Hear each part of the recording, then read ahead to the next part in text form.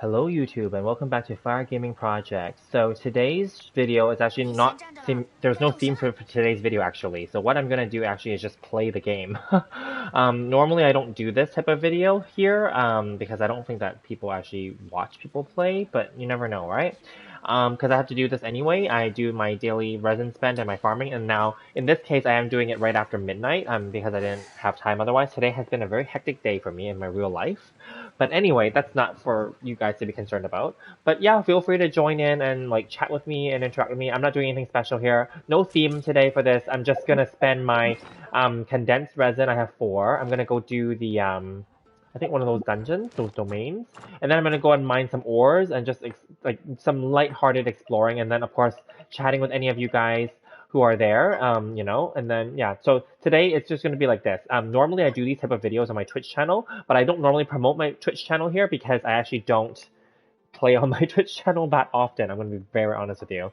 So I only go there once a week, whereas on here, I'm on here daily. I'm on the game daily for sure, but I post a video at least once a day here. Sometimes it crosses like midnight, like right now, where technically I count it still for the previous day, because I'm a kind of a night owl. But anyway, like that's just what it is. And sometimes I post more than one video a day. Yesterday I posted 4. So, whatever, it averages out. So yeah, anyway, I am planning. Oh, what was I doing? I was planning to farm one of these dungeons. I forget which one. Oh, I know. I'm gonna do transients because now I have Toma, as you guys have noticed. I finally have a copy of him. One copy. I don't even have any like constellations on the guy. Okay, yeah. So I just need a little bit more for his talents to be done, and then I'm gonna go farm. I need like 15 more of these silver books, right? And then I'm not gonna give him any of the gold ones, but if I get any gold ones, that'd be great. And then yeah, that's pretty much what I've been doing. Let's see. And then in this dungeon, because I need Electro, I'm putting people that I don't normally use in here so that I can quickly get rid of them for their companionship. So my Noelle, I think, is at 9, I think, is she? And then I think Aloy is also at 9. So they're very close, so that's why I'm using them. Not because I'm actually going to use them, but because, yeah. The other option is, I guess I can put in Kokomi. I think she's at 8 now. Yeah, so that's all. Basically, Raiden Shogun is here to finish everyone off. Zhongli is here to shield, and then these guys are just here to collect the companionship. That's what I'm doing. So yeah. Alrighty.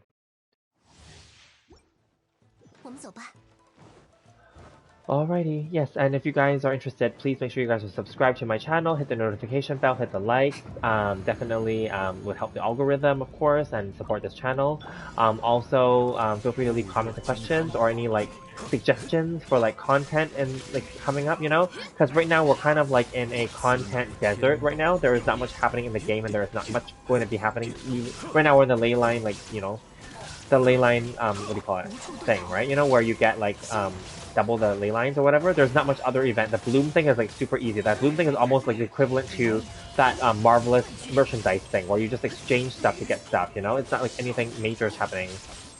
Yeah, so there's not much happening for the next week basically until like the new version drops, right? And even then, the new version is basically like filler as well. Let's be honest. Aside from like rerun like banners and stuff, it's going to be a filler patch. Okay. With obviously there's some new characters and new content and stuff, but then overall it's a filler patch. Okay. Like the events are things that we've already done before in the past, so it's not like anything new. It's just reiterations. There are some new elements like the catching the dogs and the pets and stuff like that. That's fine. I'm nothing against it. I think that filler patches are welcome because it gives us a break to really focus on bringing up and raising and building up and rebuilding if needed our existing characters and weapons, and also a break from spending so much, right? In my previous 4 videos yesterday, I did mention what my plans are, but basically, in a nutshell, my plans are really to minimize my spending. I said I'm going to skip the Albedo banner, and I'm standing by that. I don't think that's going to change. Definitely he's better at C2, but I don't think I need him at C2. I don't even use him, right? I mean, I like the character, but I don't really use him, so it doesn't matter. And then, like, and I'm not going to farm his domain for his stuff. I'm not going to farm the Kokomi domain for artifacts either. I don't care. I'm not going to farm that for, like, any of the characters, really, so yeah, and then as for Eula, I really love her, but then I don't. Now that I rethink about it, I already have her at C1, and C1 is pretty much all you need. Like, or I mean, let me rephrase. I don't want to make it sound like you need it, but you know, like it's good enough. Like you know, yeah. So I don't know that I really need her at C. Well, C2 is useless for her, but as I talked about yesterday. But like C3 is really nice, but I don't think I need it. I mean, we'll see, and we'll see. Because then you know the 4 stars on there are not going to be new 4 stars either. They're just going to be like 4 stars that we already have, right? You know, so I'm not sure. As of yesterday's video, when I said that, I said I may go for her C3, and that's still true. I may, but I actually may in the end not bother and just save the money and just spend it on Arataki Ito and Goro's banner, and that's okay. Originally, my thoughts were just skip his banner as well too, because of the fact that they're Geo characters, and basically it's going to be defense and or HP scaling, and it's like you know. But he's gonna be cool, so I don't think it's okay to spend some money there. I guess real life money, and you know, pull for him and maybe hopefully get at least one copy of Goro God, right? Because I got 0 Tomas on my Hu Tao polls, and I got her to C3 from C1, and then I only spent some of my free saved up wishes to go and get 1 copy of Toma recently, so at least there's that, right? Not because I really, really wanted him, but because after 2.3 was announced, right? There was a knowing that there's 2 rerun banners up front, then I might as well use some of those like gems, like I said, those save up gems. I didn't spend money, right? To just get Toma maybe, right? Because it'll be like a while before Toma is back, right? Basically from his um like to be rerun again, right? Again, Toma's not a great character, so it's not like I'm missing anything, but I don't mind having a character so I can build and do something with, right? You know? Yeah.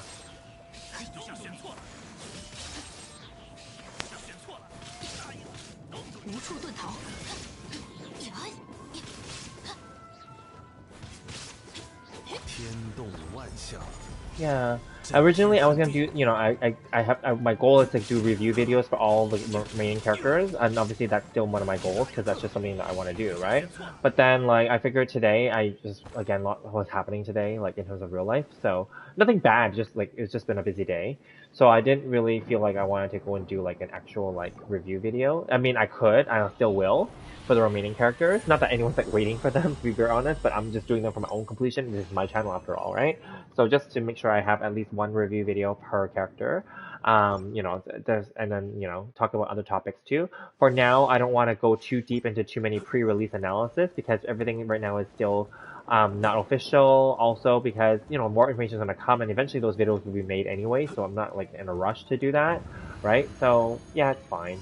Yeah, and then a lot of stuff has happened in my real life. So yeah, I mean, if anyone's here and interested in chatting, definitely I can talk more. But if not, then you'll find out another time. Then yeah, so it is what it is.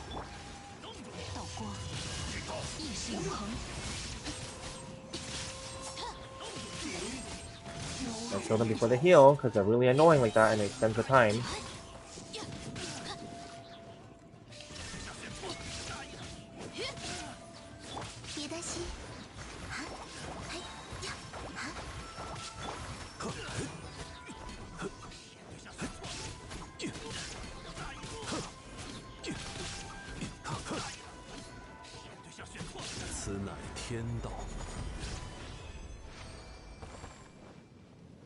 Okay.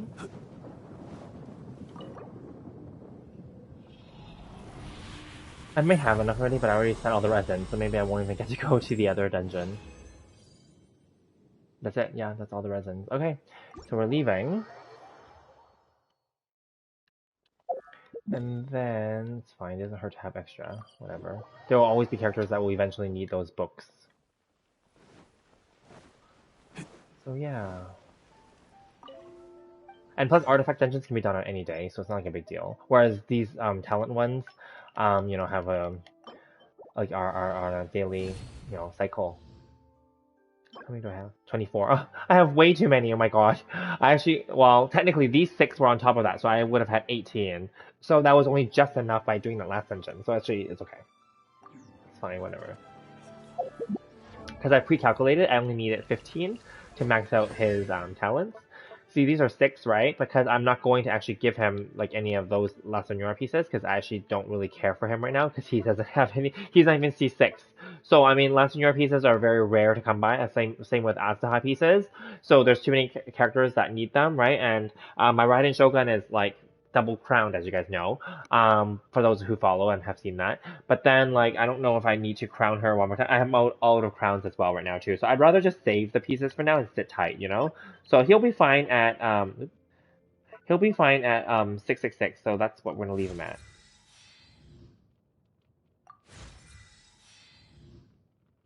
Yeah.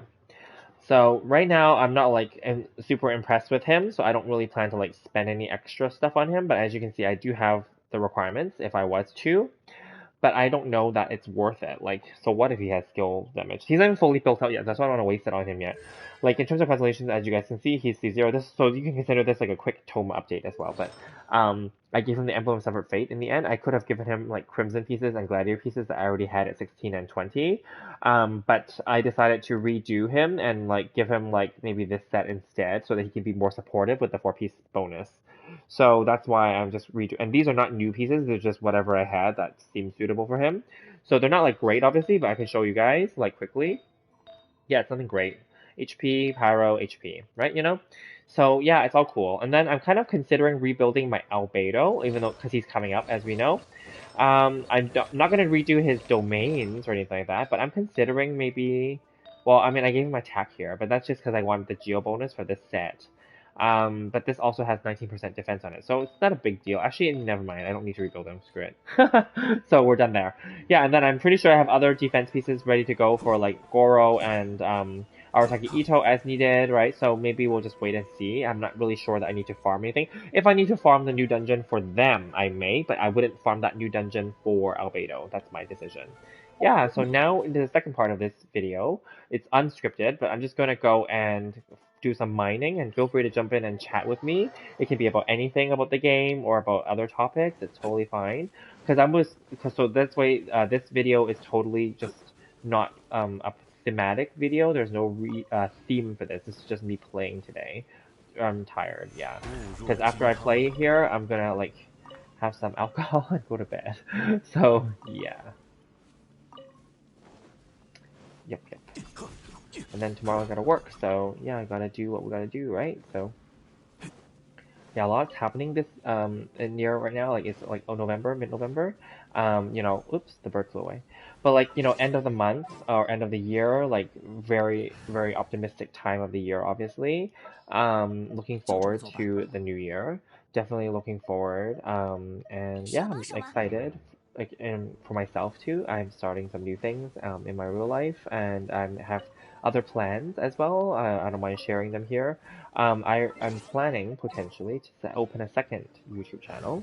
Now, this YouTube channel is about Genshin for now. It's technically not specifically a Genshin channel, but I just haven't had the time to really bring in another game or other games yet for this channel. Previously, I've asked people's opinions on different various games that I'm interested in, so let's talk about that first. I'm interested in bringing other games into this channel, but I just haven't committed, I'll be honest, because they're time consuming, and like, I'll be honest with you guys, like, I accepted a new actual job this month. So I won't go into what the details are, but basically because of that reason, I won't be able to play as much too. So it just coincided with me, just so happened that this patch is also really rerun and like that, right? So then because of that reason, like it just all works out really well because then I can focus on the new job, but then also I'm still doing this and content and stuff. I'm still enjoying making this stuff, but then also there's not that much content to talk about in this game right now. So it just works out really well. And also I would like to, maybe even before the new year, I would like to open my second channel. The second channel is not going to be video game related. I know that from the Google Analytics for this channel, a lot of you guys are teenagers. A lot of you guys are maybe early 20s, and that's great. So my other channel, and I am older than you guys, but I'm in my 30s, so my new channel will be focused on topics related to finance, to money management, to retiring early and things like that. So that will be something to look forward to. Because this one I do it on PS5, and obviously Genshin is in on the screen and it's in the background. Whereas that one I won't have a game to talk about as a background thing. So that one I'm going to have to figure it out. That's what I'm planning. Lately, as you may have seen, I've done a few videos using OBS where I voice over like kind of like reactions for Honkai Star Rail and maybe like my tier list, etc. So I'm kind of experimenting that way as a simple way to do simple edited videos because again, I'm not such a pro where I can edit a lot of videos and spend that much time on these things. So I'm just gonna see if I can find a simple way to do it, and then I can talk about that topic, and but maybe try to still keep it either semi interesting on the screen, or maybe make some like PowerPoint presentations or something. I don't want to make it too boring either, so maybe those videos would be meant to be really quick. As well, and maybe just have background in the music, background, and then those will be not scripted, but they will be outlined with like a plan of the theme of what I'm going to talk about, because those are more serious topics. So I do, whereas these are very lighthearted and unedited, and I don't have a script for these. I just talk off the cuff really. I have a general theme of what I'm going to talk about in videos usually, and then I just do them, right? Like whether I'm going to review a character or a pre-release analysis or whatever, that's fine, right? But I just talk off the cuff. There's plenty of stuff to talk about here, right? For that, I have lots of content, but then that I need to plan it in a more paced out way. So that's all. I'm excited, so that's something to look forward to. As you guys may recall, this channel is called Fire Gaming Project, FIRE, and that stands for Financially Independent, Retired Early, which does apply to my situation. I'm grateful for that. But I want to point out that just because we are retired at an early age does not mean that we can't still accept a new job or try to like take on new opportunities and challenges, right? And this new job came at the right time, and it's really awesome, and I'm really excited. It goes to my background and my experience, my education levels. It actually goes to a lot of things related to me. That's why I had to take it. Let's put it that way. Like I couldn't pass it up. So that's basically the real reason. But that plus the fact that this game right now, I'm a late game player, and there hasn't been that much content, which is fine, and I'm okay with that. And I'm reducing my spending and my playing anyway, so it just worked out really well. And then and I feel like my channel is, I'm not gonna say it's established or doing like, because I make no money from these, but I will say that I have a flow now for making videos here, and it's easy enough on PS5. Right? You know, I figured it out. So that's good enough. I mean, they're not edited, they're not polished videos, I will be honest with you, right? But then they are very honest videos. They're very transparent. They do share how I play the game realistically, and they do give tips here and there. And yeah, so they're not going to be like those mega whale giga chad channels that like spend a lot of money. I'm not going to do that. So yeah, and then that also contradicts with my lifestyle choice to be retired early at a young age, right? So yeah, although I did have a dolphin phase, but that just because we're retired doesn't mean I can't spend my money, right? So I did have a dolphin phase, but like I said, I'm going back to a low spender phase for this game. Yeah. Also because the game doesn't require you to spend a lot of money anymore. To be very honest, never. First of all, it never required you to spend money, but like. I mean, I did it because I enjoy the game and I'm willing to support the game, but the game doesn't need my support. Come on, the game's like, MiHoYo's like a multi-billion-dollar company. I'm not a multi-billionaire. Like, you know, they don't need my money. Like, you know what I mean? So, but definitely they need my support in terms of like, I love promoting the game to my friends and stuff, and I like talking about it and playing it, obviously. So yeah, that's that. Right? I still will, put some money in the game for certain things, but I will just minimize. That's all. Yeah. Yeah. So. But yeah, I would. So one of my goals for the new year, on a financial tangent, let's just say, is more to obviously, because I was already in the accumulation wealth phase, and then later on, I was kind of moving forward to the kind of drawing down or status quo phase.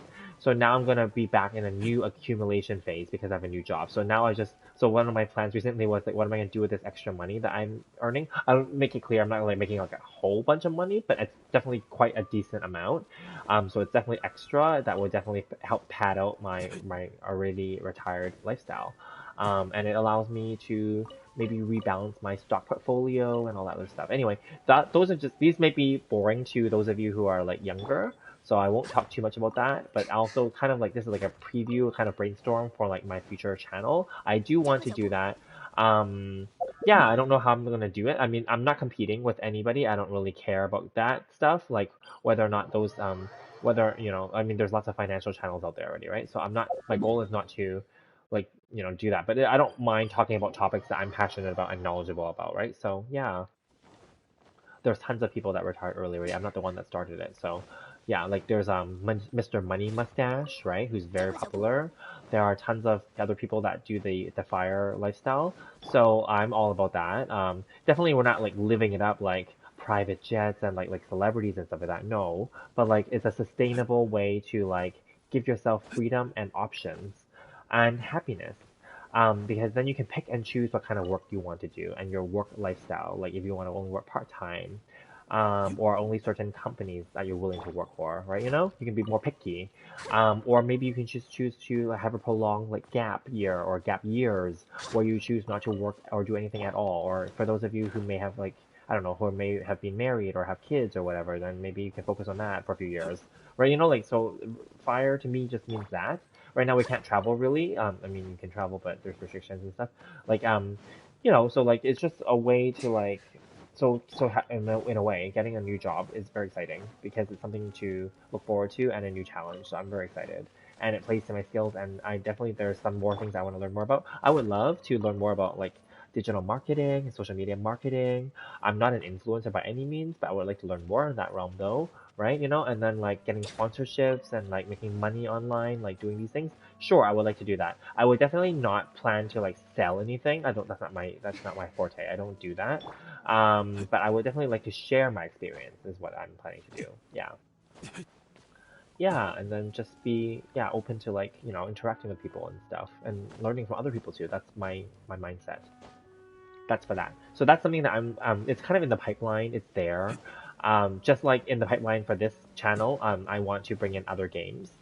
Because let's be real here, like Genshin is fun and all, but I'll be honest too, I'm kind of bored of it, but I don't hate it. I'm still willing to play, as you can see. I'm still willing to like, farm stuff. Oh, LD Soldier, thank you. Channel names. Look forward to. Oh, okay, thank you. Yes. Yeah. So yeah, I'm surprised. Yeah, because maybe some people never really realize why I named it this, but yeah. So that's it's literally called Fire Gaming Project because this is a project for me. Because I thank you. Yeah. So I will just briefly say then. Yeah. So I was very fortunate. I retired a few years ago in my 30s.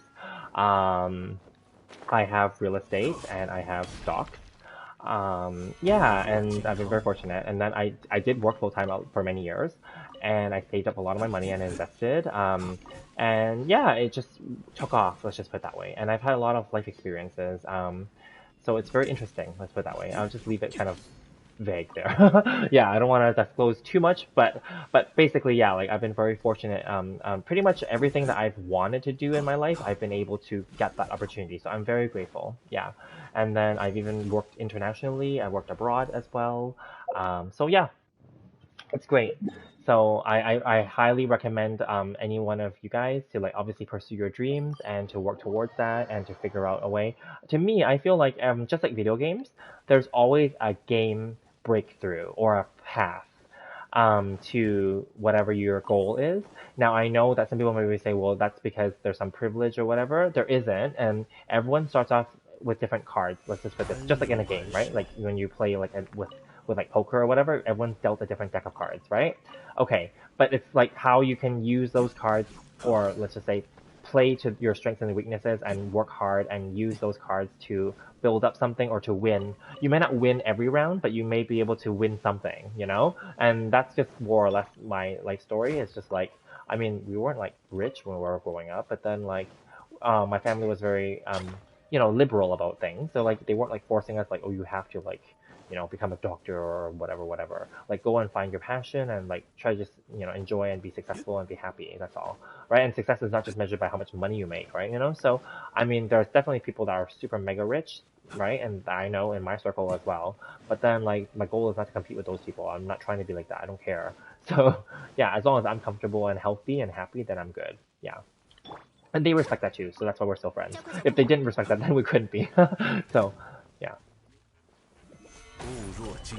Yeah, and yeah, so anyway, um so that's that. But then right now, like for this channel, so back to this channel, I'm thinking about, so some games, just as a suggestion, I was thinking about bringing other RPGs in, but then they can be really time consuming and really involved, whereas this is a more casual. That's why I do come back to Genshin all the time, because it's a casual RPG that's simple, because you can technically just do it all like, in short videos or like short stints. Whereas yeah, those other games may be more involved, right? So there's that too. That's my biggest worry. So we'll see. Yeah, I'm thinking about Final Fantasy VII Remake. I've had that game for the longest time. My God, I had it since I had it on PS4 last year, 2020, for Black Friday because it was on 50% off sale. I bought it, and then I got my PS5 this year, and then like I even upgraded for. Thank God, there was a free upgrade to PS5 version, so I did the upgrade. But I haven't even played that game yet. Other games that I bought on sale last year were, and this is so funny because Black Friday is coming up again this year. Other games I bought on sale last year was Persona 5 Royal Edition, and many people said it was an awesome game. Obviously, it looks awesome. I've never played it. I never played a Persona game in my life, so I don't know. But yeah, I've heard good things. Other ones like there's Kingdom Hearts. I bought that on sale too. Yeah. There's a bunch of them that I bought on sale. I didn't even play yet. There was Ni no Kuni 2, which is a digital one that was on sale. It was like $18. It was a really good deal in my opinion, at least. Maybe that's kind of a semi-casual RPG, maybe. So maybe that's something I consider. I don't know. I really don't know because I feel like those other ones are more intense and more involved. Like the Final Fantasies would be like really long, right? And I don't know that people would want to watch me like play or talk about those games that long. I don't know. I don't know. But mind you, this game is a really long game in a way because it keeps going on forever. Anyway, I'm dabbling. So anyway, for you, LD, what are you up to? Are you excited for 2.3? If you're still here.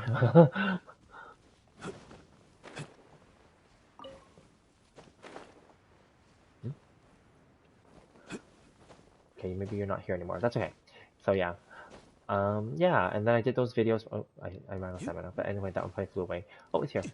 Yeah, so anyway, oh, there. Perfect. All the games you just mentioned, good choices. Oh, thank you, thank you. Yeah, I'll be polling for Ito. Oh, perfect. Yes, awesome. Good. Yes.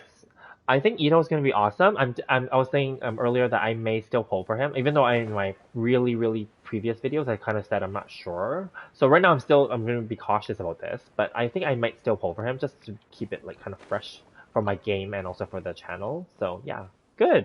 So good luck to you and keep me posted when you get him. And are you going to try to pull for his weapon too, or? I'm not going to pull first weapon. I can say that with very much confidence right now because I have the Unforged.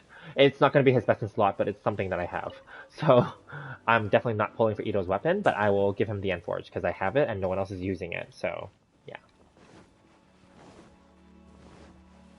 And then what else?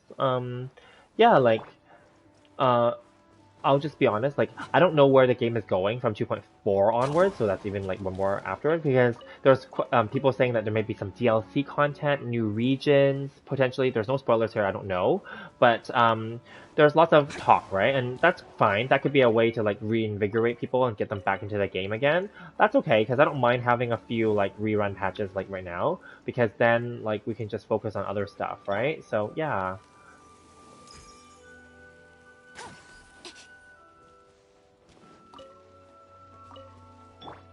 I do catch the fowls because I feed them to the dogs.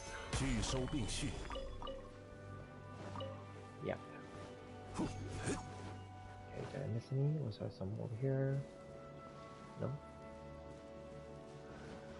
Yeah, and then, what else? I don't know, like, for in terms of new characters, there are so many other so-called new characters coming. Like, I mean, this is not anything about leaks or anything, but we already know that there are characters that exist in the game because there are voice lines already. There's Yunjin and Shenhe and like Yae Miko, obviously. Like there are, and then there's an Ayato, which is Ayaka's brother. There are all these other characters. I don't really pay attention to the leaks anymore because I don't really care. But you know, like it's good to know that they're coming. Oh, I'm interested in Yae Miko though. I know nothing more about the other characters, but I know that they exist because there are voice lines for them. Um, I mean, when they come, right? Yeah. So.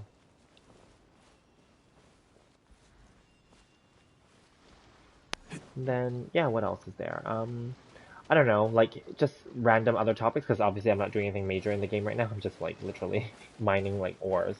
Because the server's gonna reset in half an hour in my time zone. It's like, literally like midnight, 12:30 right now p.m. So my server will reset at 1 a.m. Because we have daylight savings time. So it used to be 2 a.m. So it'll be 2 a.m. for half the year and then it'll be 1 a.m. So right now it's the other half of the year now. I'm in the Pacific North America time zone.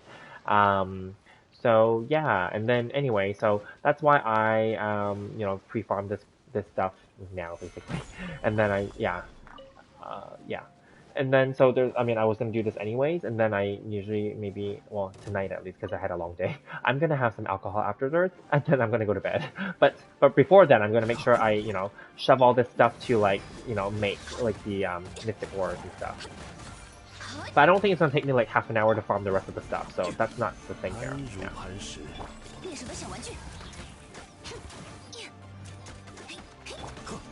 I'm just doing whatever, yeah. Yeah, and then what else? Okay. Okay, what else? I'm just literally farming for the wars. Oh, human decoy. I'm an F2P lacking a good DPS, so going to pull for Eula and then not sure I'd save again for Xiao. Need a second team DPS or pull for Ito or Albedo. Okay, thank you for sharing. So yeah, if you're F2P, obviously then you have to be very careful of who you actually want to go for. And the good thing about the rerun banners is that there's a lot of characters that are currently out already, obviously, and there's many reviews and other streamers, not just myself, but there's lots of other streamers out there. Obviously, I've made videos for them too, but and I love Eula. She's a solid character, but some people don't like, I want to make this clear too, some people don't like her stacking mechanism. They find it very, like, I don't know, stressful, maybe, let's call it, like, for lack of a better way, or they find that maybe you have to invest heavily in her. Partly true and partly not. Like, any character in this game you have to invest in, right? So yeah, I would say, yeah, Eula is a great DPS. Oh, good, LD Soldier is replying, yes, she's a physical DPS, paired with Fischl is good, yes. And Eula, if you have Raiden Shogun, if you were lucky as a free-to-play to get her, then Eula pairs really well with Raiden Shogun as a current new modern team comp that people have figured out. Yeah. So, yeah. Because Eula does have slight energy issues, and with Raiden Shogun with an emblem set and all that stuff, then she would benefit from the energy, and Eula can then, ult more often, etc., and then, like, just smash it out, right? I mean, I have Eula right now, and I love her, and I'm trying to build her up too.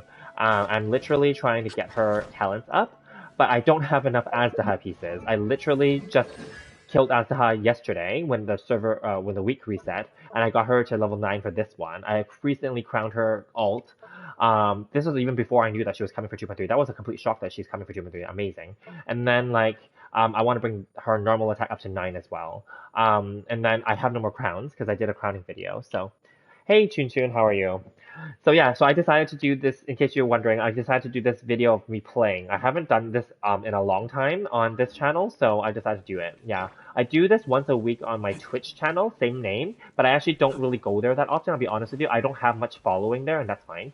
And that's why I only commit to keeping that account active by going there once a week. But I do everything here on this YouTube account more. Yeah, so yeah. But yeah, so back to human decoy. Yes, I think that yes, if you like Eula's playstyle, like physical damage and like stacking mechanism, go for it. I think that she's great. Albedo, as you may already know, he's like an off-field sub DPS support DPS, and he can only get better with the basically buffs, so to speak, Geo and defense buffs coming, and new weapon and all that stuff, right?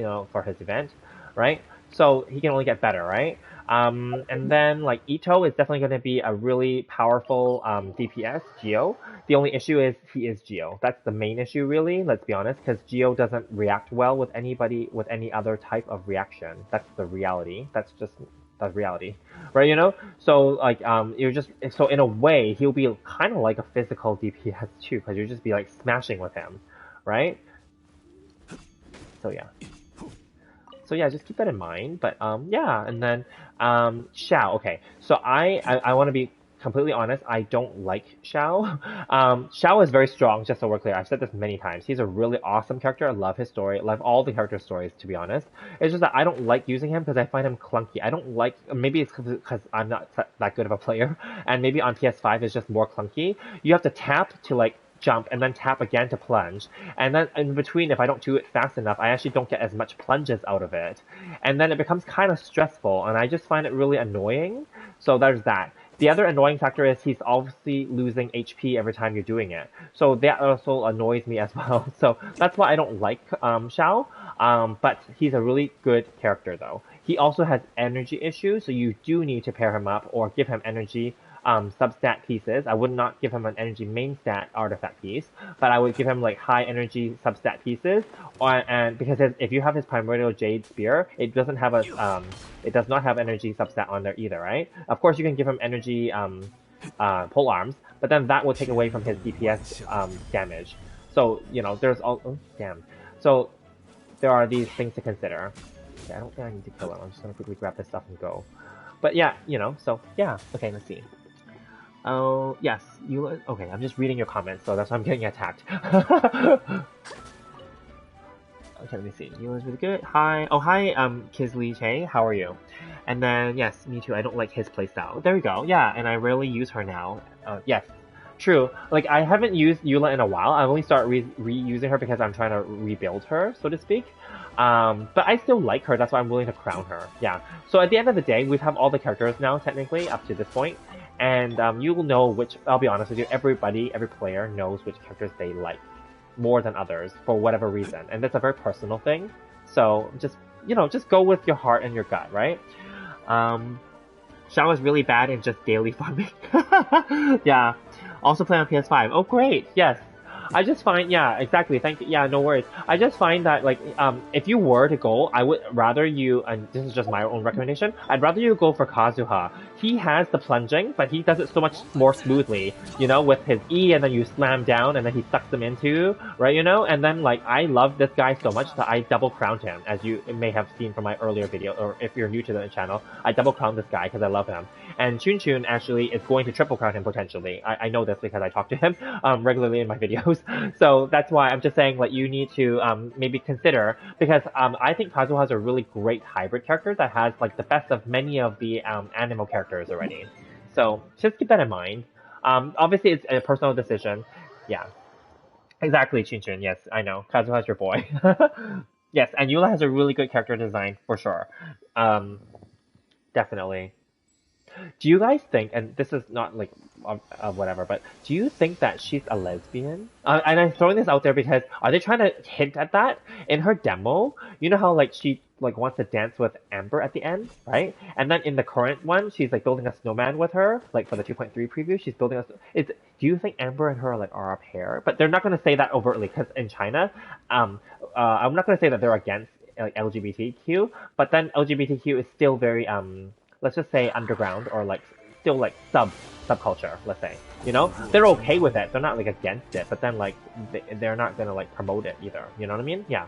So I don't know. Like, do you think that Eula is subtly like a lesbian, right? With Amber? That's what I'm thinking.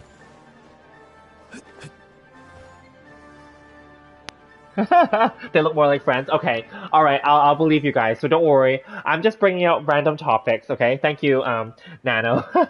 We are on to something. Yes, totally. So like, I don't know. Like, cause I'll be honest with you. I thought that when I saw that original Eula character demo. Is that called? That's what it's called. Yeah, the trailer, right? And then she dances with her, and I think that's great. Cause you know how Eula's. I'm not going to say she's super masculine or butch or anything like that, right? Because she's super sexy and super feminine too, right? But if you think about it, she's wearing a suit with a tie. Obviously, it's a very feminine version of it. Like, and then she is very, like, independent and strong. And that doesn't, no, just so we're clear, I'm not generalizing that to say that all women who are like that are, like, lesbians. No. But I'm just saying, like, maybe they're hinting that she's supposed to be. That's what I'm saying. Yeah. That's all. Oh, was she? She was friends with Eula's grandfather? I don't remember. Is that true? Maybe. I don't know. I trust you guys. I'm not that good with remembering all the story lore. I only remember like the bigger things. I don't remember like the little minor details. And also sometimes I don't read all the text, I just press it. I'll be very honest, I'm very guilty of that. Because sometimes the text can get really long.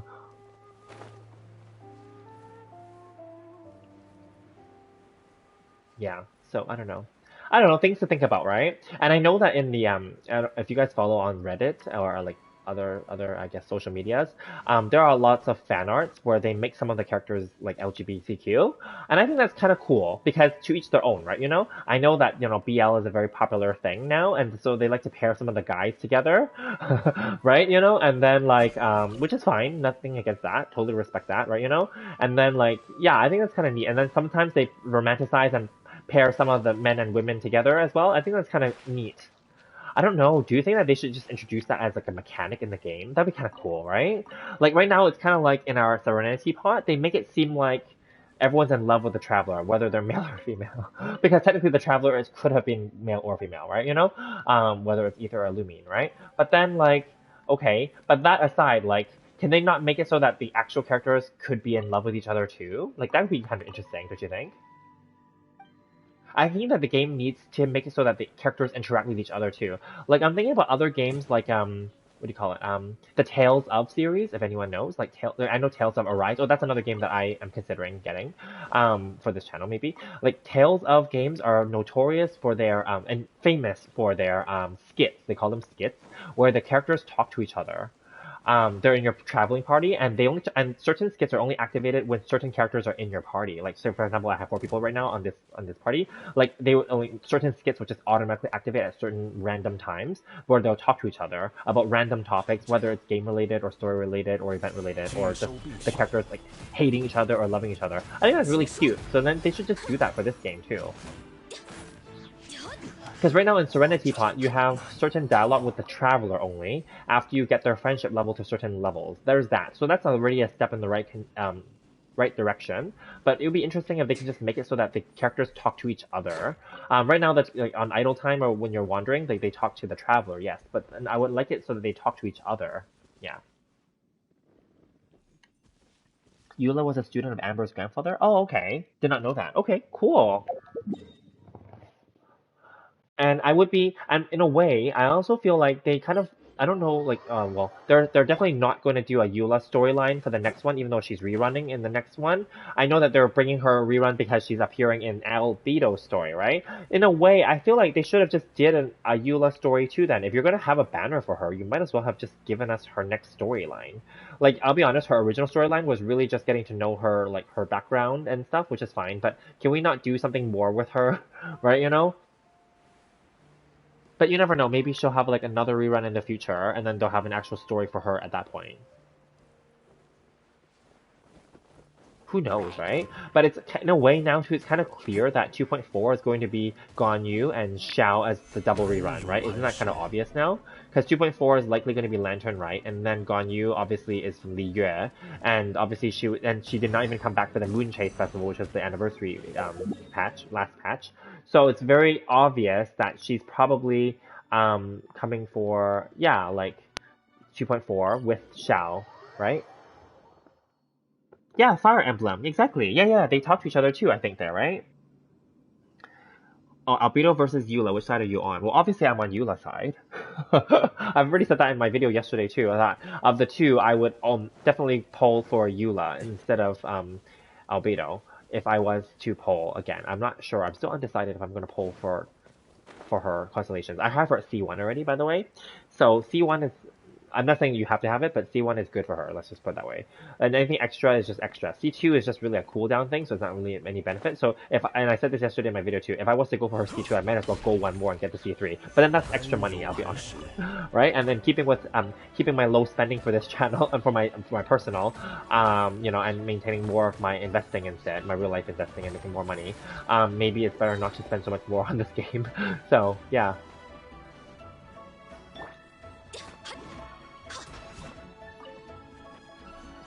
Eula felt kind of weird in that trailer. Wasn't Rosario supposed to keep an eye on Albedo? That's true. Like, yeah, I agree. Like, it's kind of out of nowhere that she's involved. And then, I think it's pretty obvious, and like, let's just address the elephant in the room. Is Albedo going to be possessed or turn evil? Because there's that move where he jumps into the sky and he throws like ice at them, and then Bennett jumps out of nowhere and like melts the ice. So like, obviously we know Albedo is not a cryo character. So like, something happened, obviously, right? Yeah. Obviously, some people are speculating. I read some people's like theories. They're like maybe he does some kind of experiment to try to gain like another vision or activate like cryo abilities, from Dragon Spine or something like that. Or maybe he's that dragon. I don't know, that is dead or dormant on Dragon Spine. I don't know. Yeah. There's all these speculations. I'm very interested. I'm sorry, but I have to go. It's urgent. Okay, go. But thank you for joining in for us. Yeah. Yeah. So. That was Chun Chun, so he's just being polite by saying he needs to go. Yeah, so and I don't know, like, do you think Rosario is gonna come back? Like I mean, there could be any number of 4-star characters. I don't even know what's gonna happen with the 4-star. This is a big question. So Seka Poco did a video earlier today and said like he is not sure if MiHoYo is gonna have like you know how Albedo and Eula are both simultaneous gonna be available, right? Are they going to have two separate groups of 4-star characters on each of their banners? So that means three. So basically, there's our 6 eventual 4-stars available. Or are they going to just be two 5-star characters, but then there's only be 3 4-star characters that are the same on both of their banners? What do you guys think? Because I'm leaning towards that they're actually just gonna be same because that's actually easier for MiHoYo to figure out. But it would be really cool if they actually did make it so that each person has different banners. And Seka brought up a very good point too. He said because Amber was featured in this trailer, and normally those starter characters have not been featured much in the new trailers anymore. This is just a very niche theory of his, of course. He thinks that maybe they're gonna bring those characters into like the regular like the event wishes like the non-standard like the limited banners. I don't think that's the case because if they did that, then no one would ever wish on the standard banner ever unless they ever get like a quaint fate from whatever's, right? I don't know. But then, mind you, no one's really wishing on the standard banner anyway, except for new game people. So I don't really know. Yeah. Yeah, different characters for more variety. Exactly. That'd be great. And I hope that they make it more optimized so that the characters that they place on the banners are actually like supportive of the 5-star or can, do something with the 5-star in some way, whether it's reactions or like whatever, right? Yeah, exactly. I hope it's 3 different ones too. I hope that too. I think it's a good topic. I do hope that too. Let's just wait and see. We'll know in about a week, right? It's dropping I think next Tuesday or Wednesday, depending on the time frame. Yeah, I'm excited. So, um, I'm excited overall though because it's something new to look forward to. But it is all reruns, right? Like the events. Let's be honest, like they're all just reskins of past events. So on the one hand, that's good because we already know what to expect, right? Nothing new really to like really get worried about. On the other hand, it's like, you know.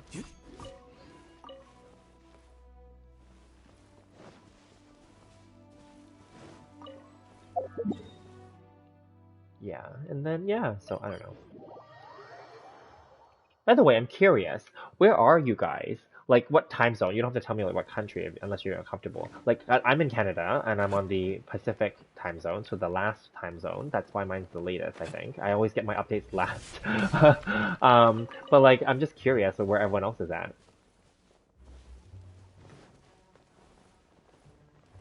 And I don't have unlike other players, I don't have like multiple like accounts on different servers. I only because on PlayStation 5 I can't figure that out, and plus I don't really care to because already it's time consuming just playing with one account. I don't have time to like try to level up 3 accounts, you know? So yeah.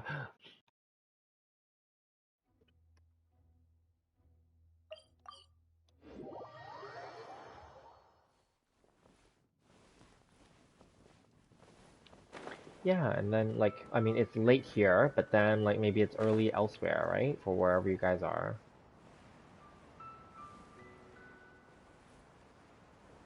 And then like it's a new week, so it is Monday night now. Well, it's technically Tuesday already, but yeah, and then yeah, I mean, it is what it is. We're just counting down for the new patch.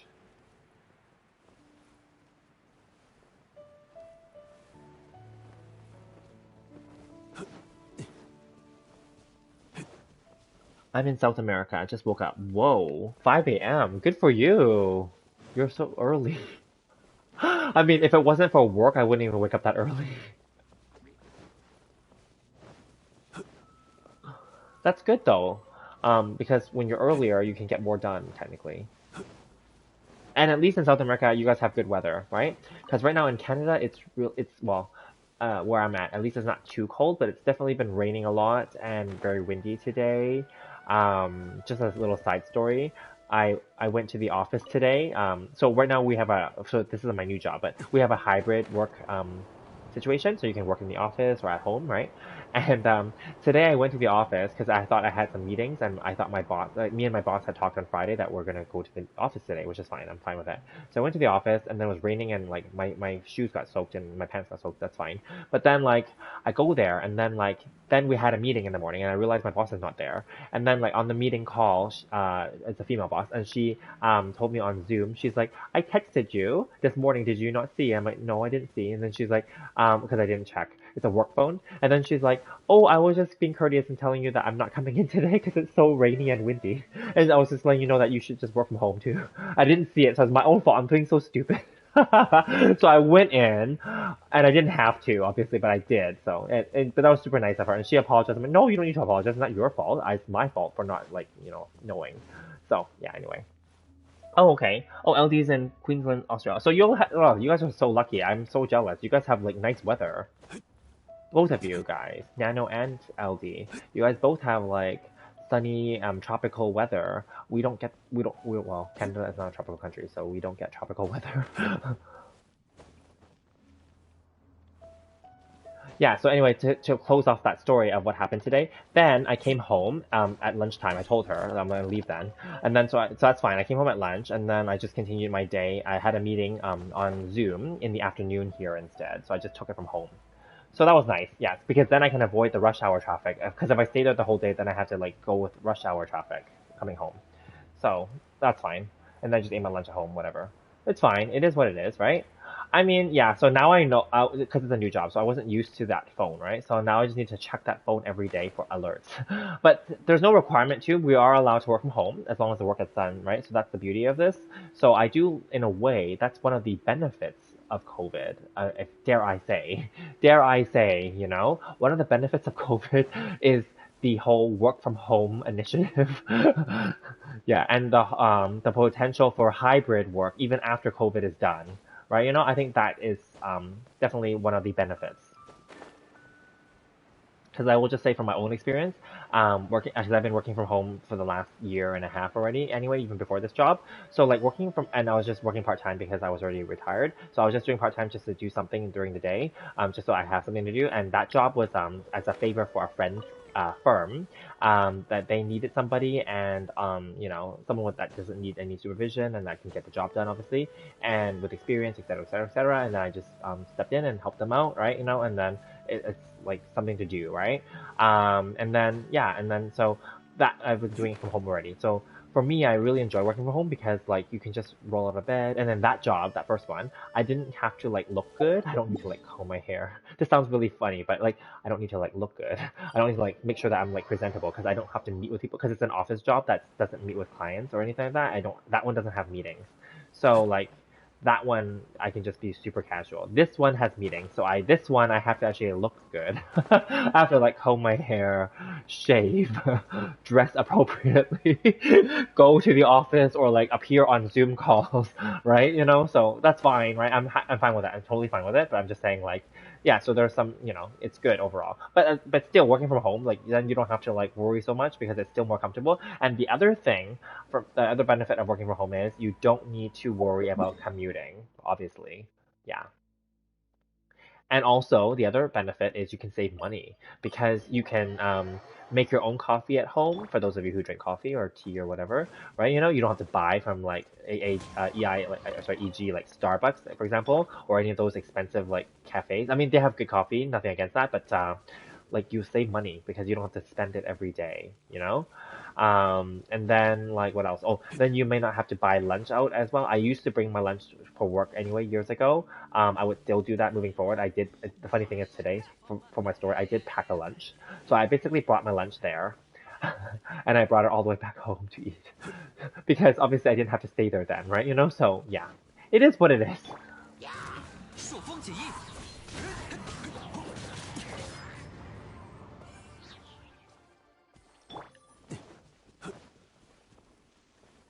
Yeah. Okay. So I think I did all the ores. Let me just quickly.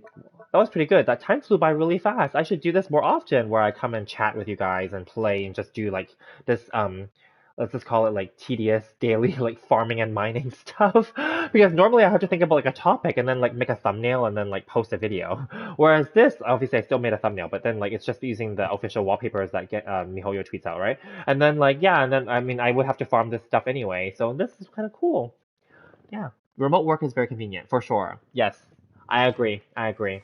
And you do save more money, like I said, and it goes back to my whole fire theme, okay? Any money that you can save is money that's for yourself, okay?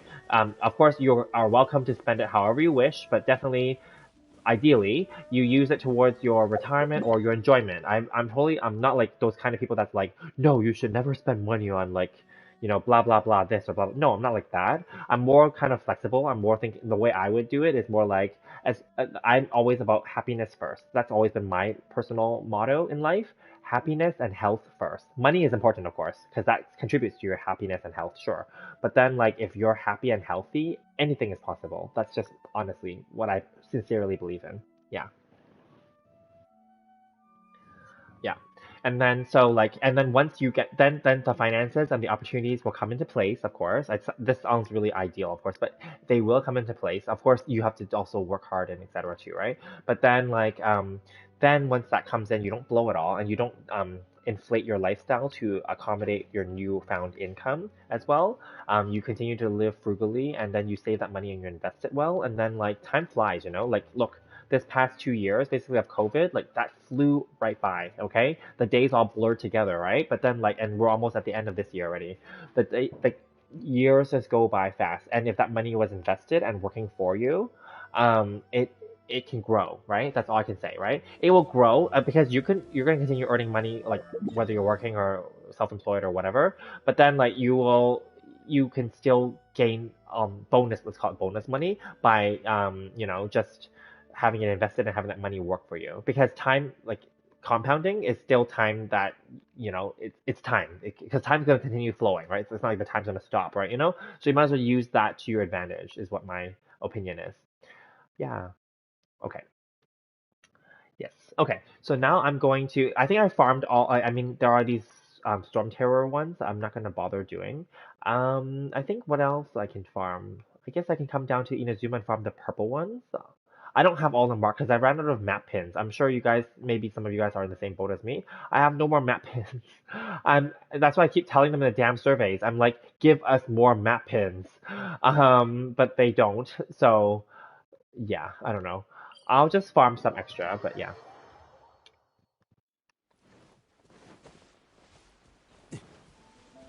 So I don't have everything marked out. I didn't even fully explore the final three islands of Inazuma yet.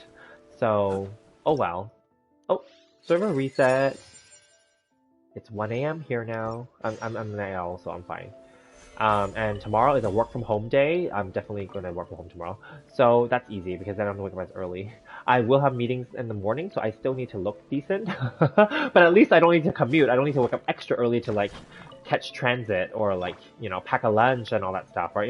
That I don't need to do. That's extra stuff I don't need to do. So that's beneficial. So we're good.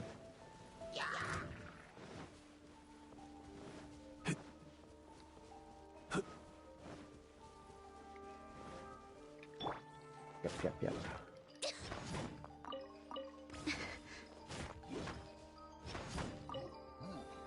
And Ito is going to be really fast, I think, as a Claymore user too. When I say fast, I mean like gameplay-wise. Like, how Eula is like in my opinion, the fastest, or she is the fastest like normal attack Claymore character. The reason why I don't like most Claymore characters is that they're really, really slow and clunky. And she's considered one of the faster ones already, or the fastest one. So I think Ito, I think he's supposed to be fast too, because I think in the official 2.3 preview live stream thing, they did say that he would have like attack speed buffs or whatever too. Didn't they say something like that? Something like that. Yeah. Oh well. So that's gonna be good. Because I think that's one of the issues that people don't like about Claymore users is that they're slow.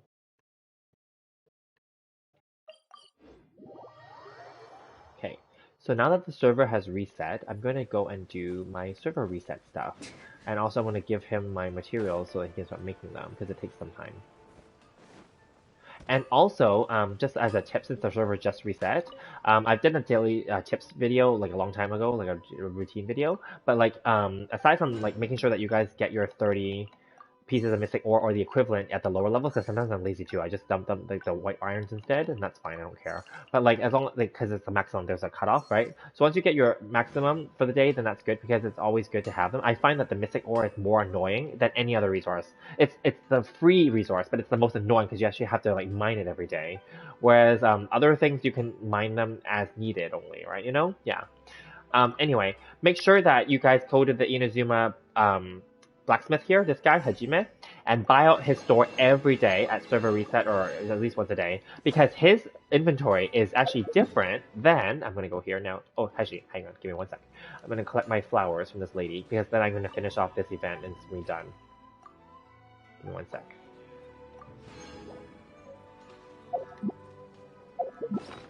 We're going to go to my Serenity pot and like plant them because it takes 10 minutes for 4 and then I have to do the remaining one. Okay, so while I'm doing that, okay. Oh yes, Nano. Yes, Ito sounds like he's going to be very strong, but I don't like the idea of it. Yeah, exactly. The Geo team. I agree with you completely. I also am not. That's why I'm very cautious because I'll be honest with you. Geo is although Geo is going to be buffed, so to speak, and it's the meta and the gimmick for the next patch. But we all know gimmicks come and go. Just like in the last patch, they were trying to do the corrosion or whatever with, or the last two patches, they were trying to do corrosion and whatever with Kokomi and try to sell her basically, right? They'll do whatever they need to do to sell the character, okay? So obviously they're gonna make Geo look really cool next patch, but then after next patch is gonna be whatever else after that already, right? Obviously, if we think that it's going to be what do you call it, like Shao and Ganyu, then they're gonna obviously buff whatever those like Animo and maybe Cryo, right? You know, or maybe whatever new character is coming at that patch 2.4. If there's a new character, if they're gonna do 2 reruns and a new character, then whoever the new character is going to be what their focus is for that next patch.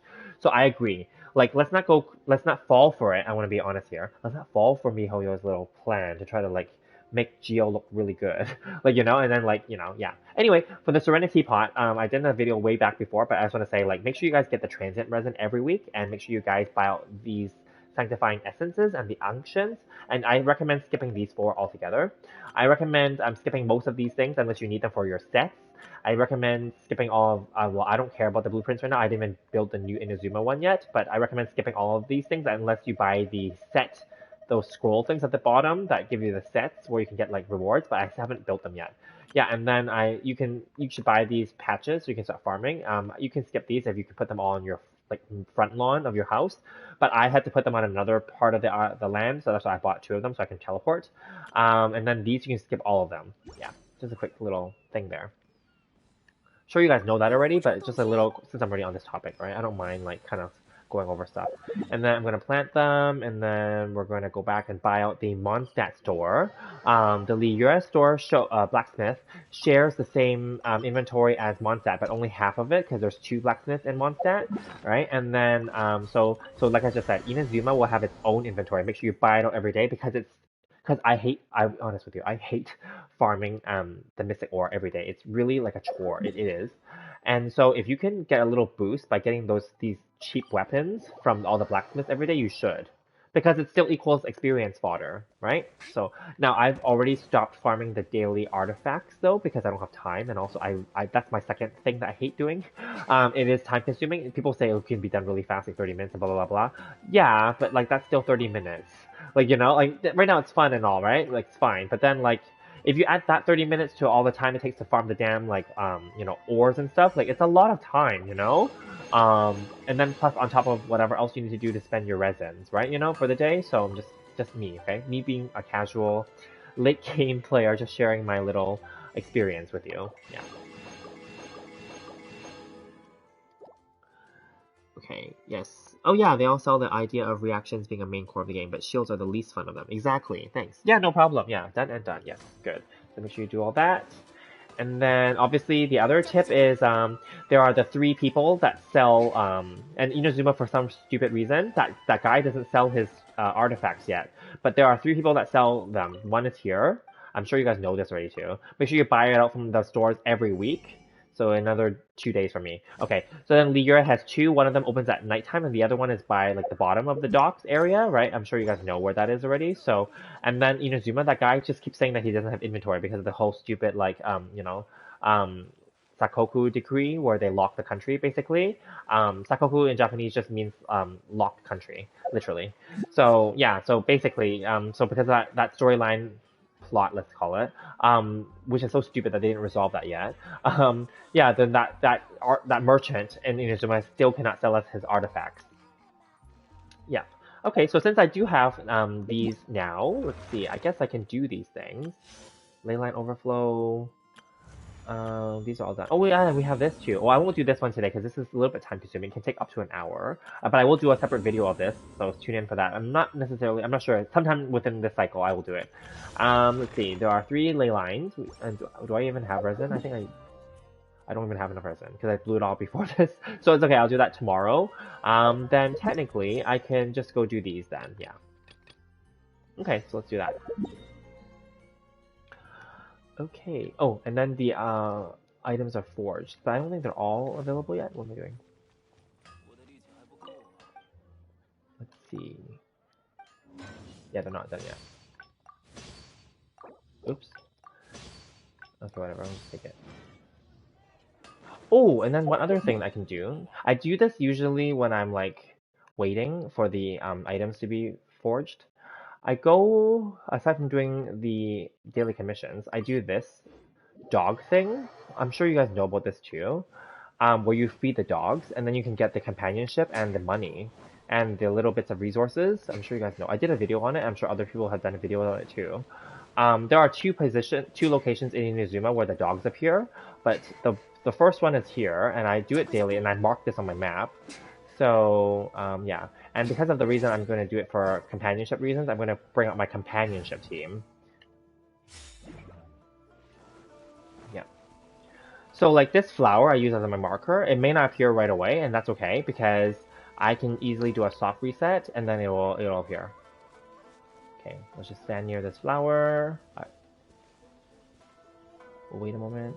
Nothing? Okay. I'm gonna do a soft reset. I'm curious, does it even show up with a soft reset? Let's see. I have my laptop open, that's why I can see your comments. So I'm gonna do a soft reset and see if it actually shows up on the screen like that.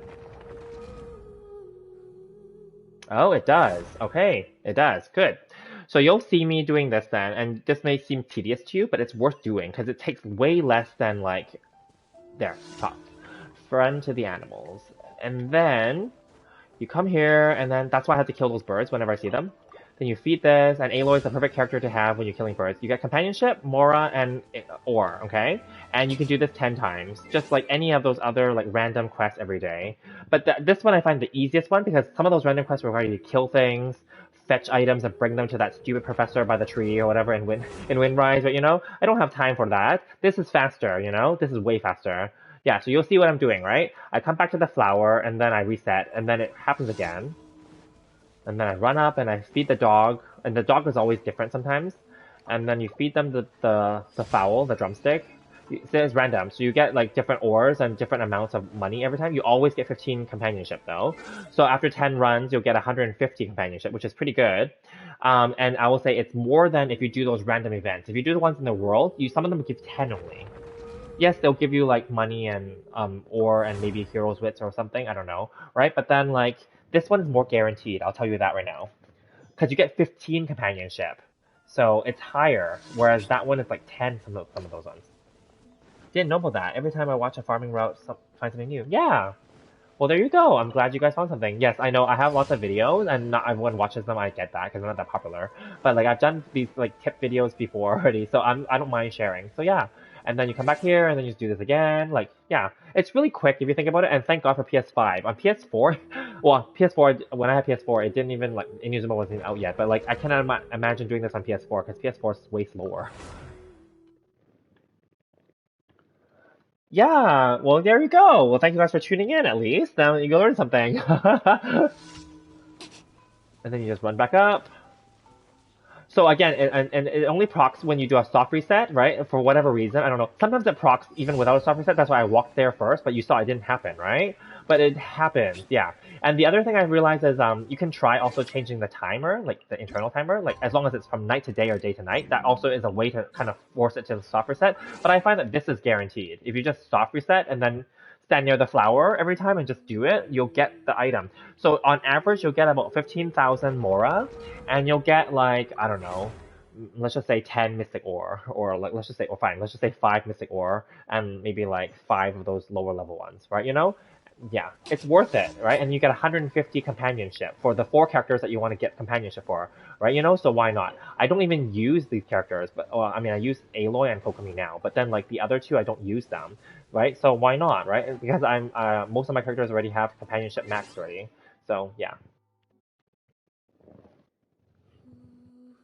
This is easy. Yeah, there's another one too. There are 2 locations for these dogs, but this is the easiest one. The other one, I'll show you after. It's just near Inazuma, where that man is sitting on that cliffside in the town. It's just literally a few like steps away from here, and he's overlooking the ocean. There's a dish there too for dogs. But then like I figured this one's easier. Yeah. I mean, it's pretty easy if you think about it, right? Yeah, so these are my daily like routines, especially right after resets because I'm a late owl, a night owl. So because of that, I just get this done right away, so I don't have to think about it and not worry about it and not like worry that oh I didn't do it, you know? Yeah, then I know it's done.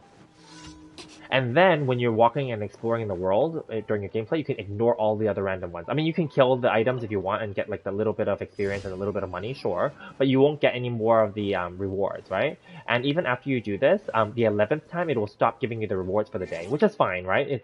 It just spends an extra foul. I don't care, right? That's why it's important to still kill the birds whenever you see them. Yeah.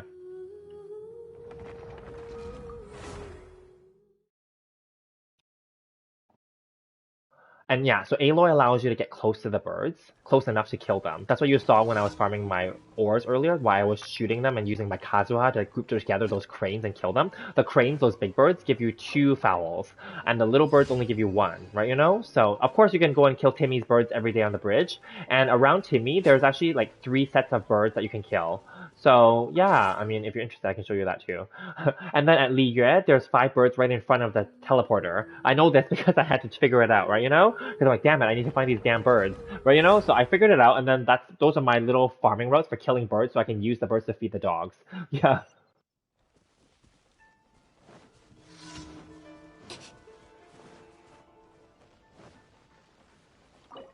yeah, I think I'm near the end now. Yeah. Oh no, still keep going. Okay, good. Okay. And I time it this is kind of, I call this efficiency because while I'm doing this, the blacksmith is making my ore, right? By the time I'm done this, he should be done all of them or close to all of them, and then I'll collect them and then I'll like then dump the remaining ore to him, and then I'm done, so to speak, to max out all my ore for the day as well.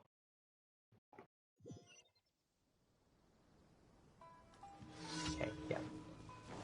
See, it's very easy. This is like the best, in my opinion, the best companionship farm.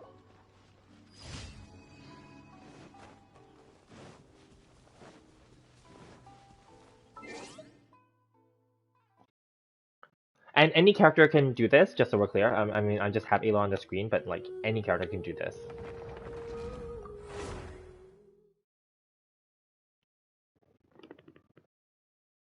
My event flower should be done. Oh yeah, thank you. Yes, exactly. Good point. Yes.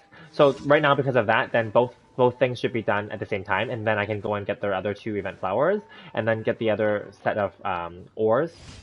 Okay, that's the last one. Perfect. Okay, so I'll go get my flowers now. So you saw there's no more items that I got, so that's how I know that's the last one. I didn't have to even physically count like 11 times, because the 11th time is when you get no more. So it goes by pretty fast. So let's just see. And yes, you're right, they are done. And then we'll just collect them. And then plant them. And then I think we're close to getting the event flower thing, right? Yes, yeah, so I just need to collect these last 2, so 10 more minutes from now, and then I get the last set. So I basically went for one of each of those stands, right? Yeah. Do any of you guys need any flowers or anything? I know. Oh, LD has these ones that he wants. Let's see. Sorry, I just want to make it clear. You are he, right? I don't want to be presumptuous. So, okay. So I will give you this, this, I only have one of these, so I'll give you those two. Or if you need more, you can have it. Okay. There you go. So yeah. Oh, Chun Chun, you're back. Welcome back. Is Nano on here too? I don't know if she is. Is Chun Chun on here? I don't know. It's been a while since I like organized my friendship list. I guess not then. Okay. Alright. Okay, I gave it to you. No worries. Because they're just event flowers, whatever. Yeah. I wish you were in Asia, server. I would love to grind artifacts with you. Oh, thank you. Yeah. No, I'm not. I'm in North America. That's why. So Chunchun's been very nice. He kept saying that you need to like post your like news updates right away. I'm like, I can't because my server doesn't have them yet. It's true because Asia gets them first, right? So yeah.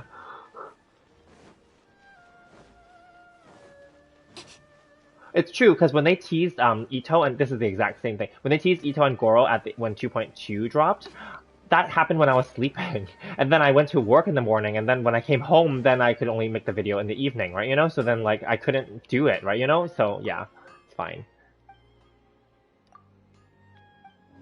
Okay, these are all done now, and then I can just dump the remaining 10 because there's a limit. Yeah, and then I only have 2 here and then 3 here, so that's 5. And then see, it all zeroes them out now. It won't let you do any more. And then that's my max for the day. Yep. And then now, but while those are being made, I can then go and like do the what do you call them? The commissions, because they're easy enough that you can just get them done. And I'm using my companionship team because I want them to get the companionship. Now, they're not like an optimized team at all, just so we're clear, but because you just have to do what you have to do in order to give them like companionship like experience, right? You know? So yeah. Can you tell me a ritual to pull for Staff of Homa? I don't have any rituals, I'll be very honest with you. Like, I think some people for Hu Tao, what did they do? They stood near the Wang Sheng funeral parlor in Liyue, right? And what else does she like? And some people went to is it Wuyong place, or what is that place? That graveyardy place, Wuyong Hill. There we go. Yeah, so those are the places that they went to poll for it because Staff of Homa is like for Hu Tao. Like I personally don't have any rituals. I just poll. So, but yeah, hopefully maybe you can try like those places like Wang Sheng funeral parlor and maybe Wuyong Hill where her ghost like lives or whatever, right? Yeah. Are you polling? Are you polling? You're gonna go for it? Okay. I wish you the best of luck and keep us posted. I'm excited for you. Hopefully you get it. Okay, hang on. I'm gonna need a character that can bring me up to the top.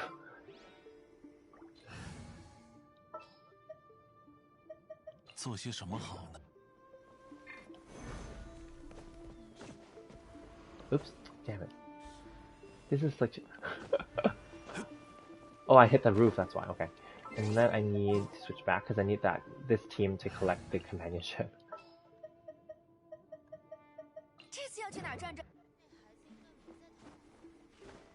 Okay, let's see. Oops.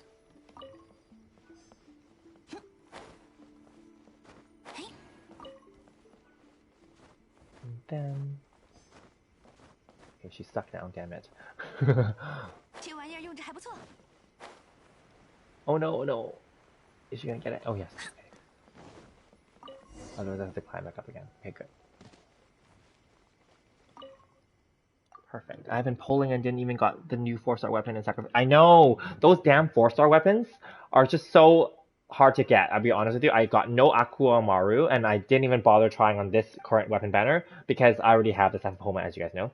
And I don't care for the elegy for the end, so that's for me. Right? So I just decided to save my wishes because I'm not spending as much, for character wishes instead.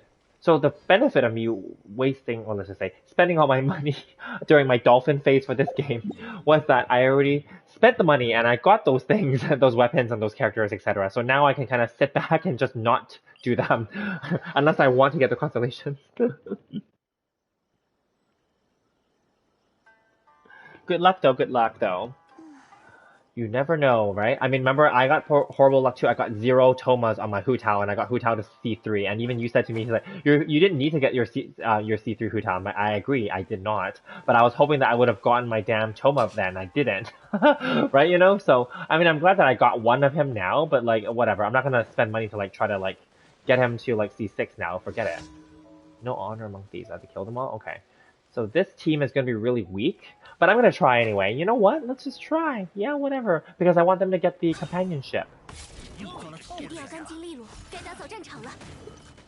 Okay, well, she can't kill anything because she's level 20.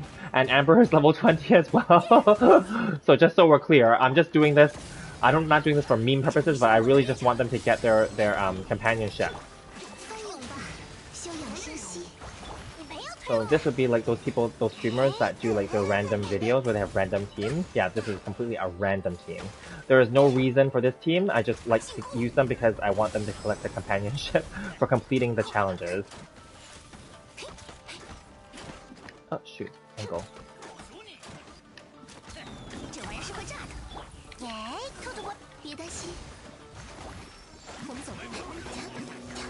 Well, definitely this team cannot like clear this like group fast. But this team can like still do some damage, I guess you can say. My Amber is level 20 and my Noelle is level 20. They are characters from my top 5, not characters that I will not level up. They are my bottom 5 characters, let's call them. Right? So, but then they're here because like I said, I've already gotten max companionship for most of my characters already. So now we're down to the bottom barrel characters. And Kokumi is just because I got her and I paid for her, so I might as well like do something with her.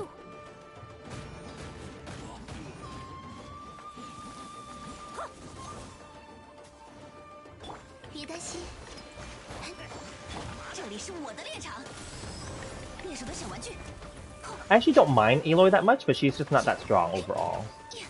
But if I had to, I would be okay to level her up and recommend that too, but I wouldn't say that she's a must. And honestly, because I'm not playing as much and not spending my resources as much, obviously then I have to plan better, and therefore she would not be a first pick for me to spend my resources on. And my time, my resin, like, I would rather farm for other characters that I enjoy using more and that are stronger, obviously. But Aloy is decent. Yeah, especially for free to play and for early game because she's free, right? You know, and she does feel like a 5-star. I will say that. Like, I mean, in some cases yes, and in some cases no. So in some cases she can feel like a 5-star, but in some cases she feels more like a 4-star. Yeah. Okay, so let me see. Oh, you guys have a lot of topics. Chun Chun is AR 56. Haven't even gotten one sacrificial sword. Wow.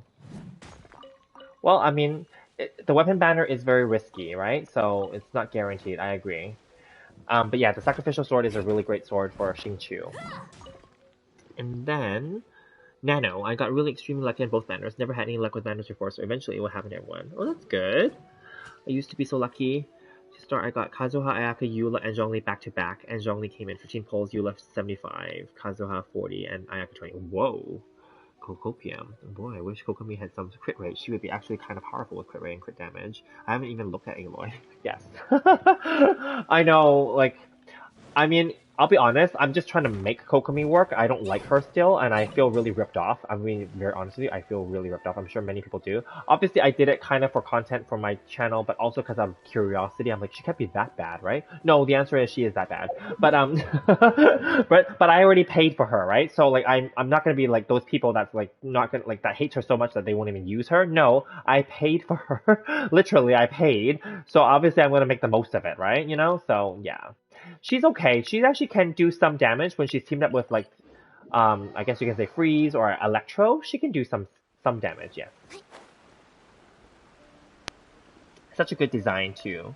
I know, she has good design, and she is, like, cute, and her storyline is good. Like, I'm interested because she's not human or whatever she is, right? She's, like, some kind of fish spirit.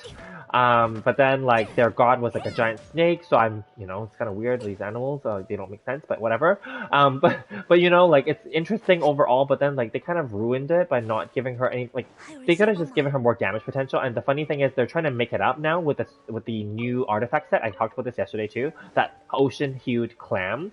They're trying to make that up by having her have, like, you know, basically, because that's technically her set, to make her, like, get some more attack and have some AoE burst from having that sea dyed foam or whatever it is that explodes and gives like up to 30,000 extra damage. That's basically what they're trying to do, right? I'm like, okay, why don't you just buff her instead? Or like change her kit? Why do you have to like, you know, make like a new thing that people have to farm for and try to hope that they get good RNG for, right? You know?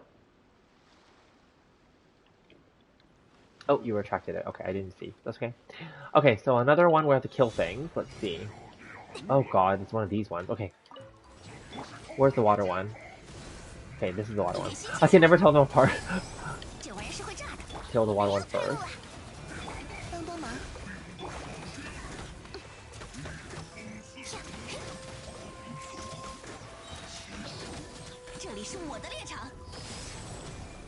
Oh, and then I have to get this again, right? Yeah. Because it gives extra damage, I think.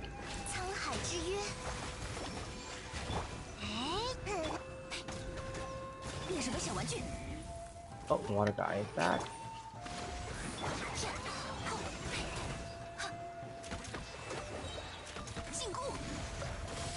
And I gave her the rust that I had left over from my Yoimiya and Child, so that worked out, because I actually just spam her, even though she's not that fast at shooting, but she's like, well, she does some, right, you know? So it is better than nothing.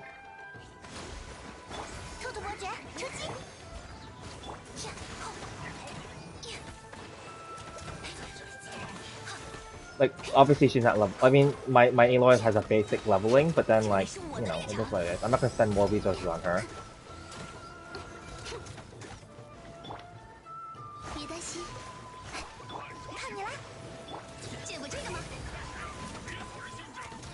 Oh, what am I doing? I'm stupid. I'm supposed to get this. Because this gives the extra, like, shockwave or whatever it is to kill them faster. Otherwise, I'm wasting time here. Not because I'm worried about the timer, but because I don't like this battle because my guys are like weak. You know what I mean?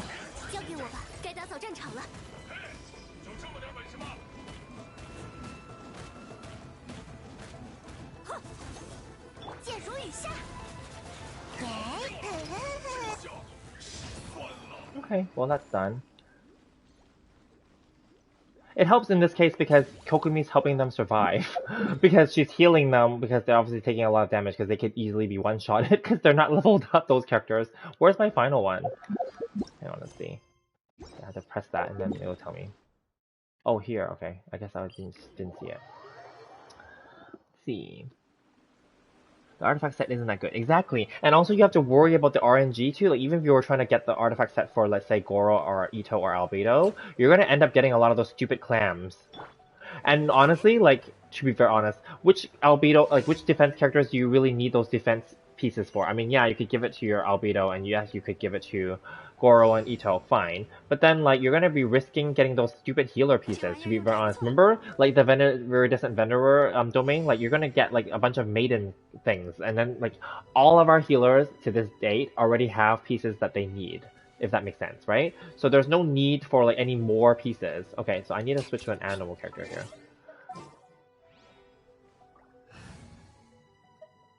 Then in that case, I will do. I guess I'll. Yeah, okay. No, actually, no. I want I like Sayu because she's easier for it. Okay. Because you just hold it and then you can just roll around. Where's the other one? Yeah. Where's the other one? Oh, there's actually enemies? Oh, okay. Sectors.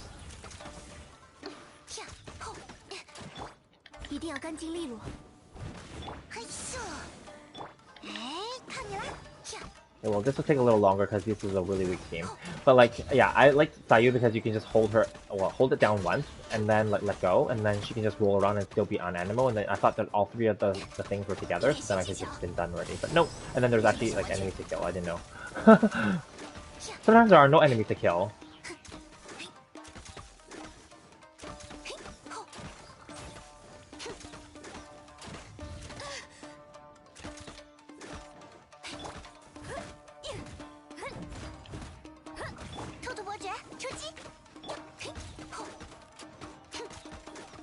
Yeah, this is like a struggle, as you can see, because they're really weak, but whatever.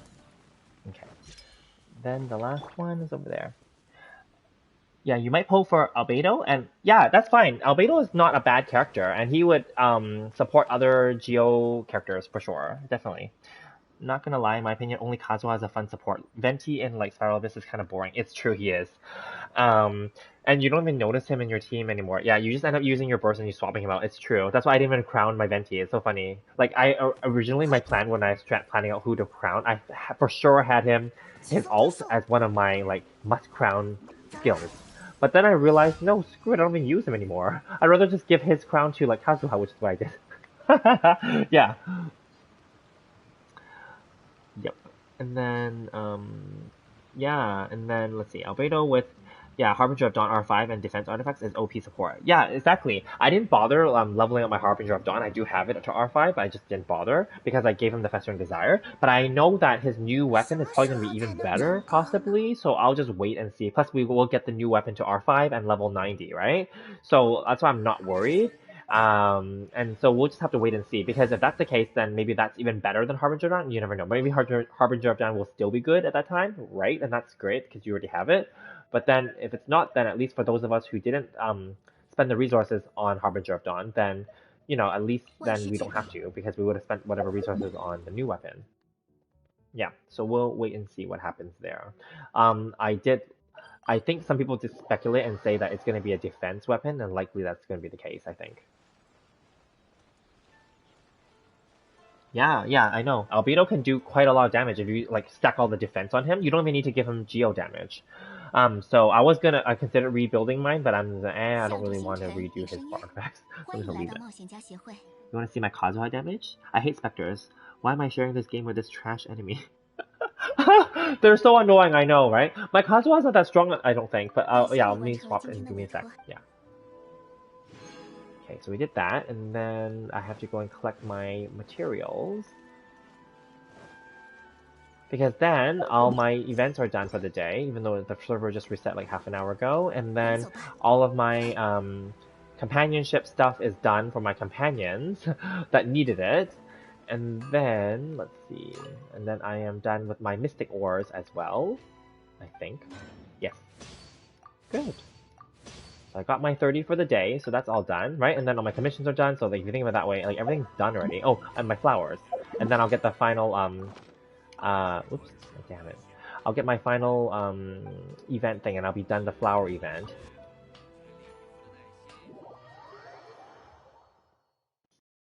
Zhongli isn't that good for like endgame players. No, his shield is good and the defense shred, but we have so good characters like Bennett and other. Yeah, it's true. It's true too. Although I do like Zhongli though, I just feel more secure. I guess I'm just too used to it. I feel secure with his shield there, and I did crown his alt. So I will say I do like having his alt, because it does have AOE and it does petrify, so it helps slow the character, the enemies, and then that's an added bonus as a support situation. I do like that though. Yeah.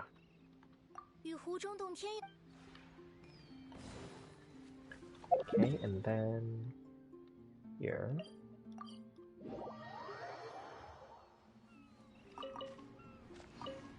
Oop. Okay, so that's done. What are these? 20 more hours? Okay.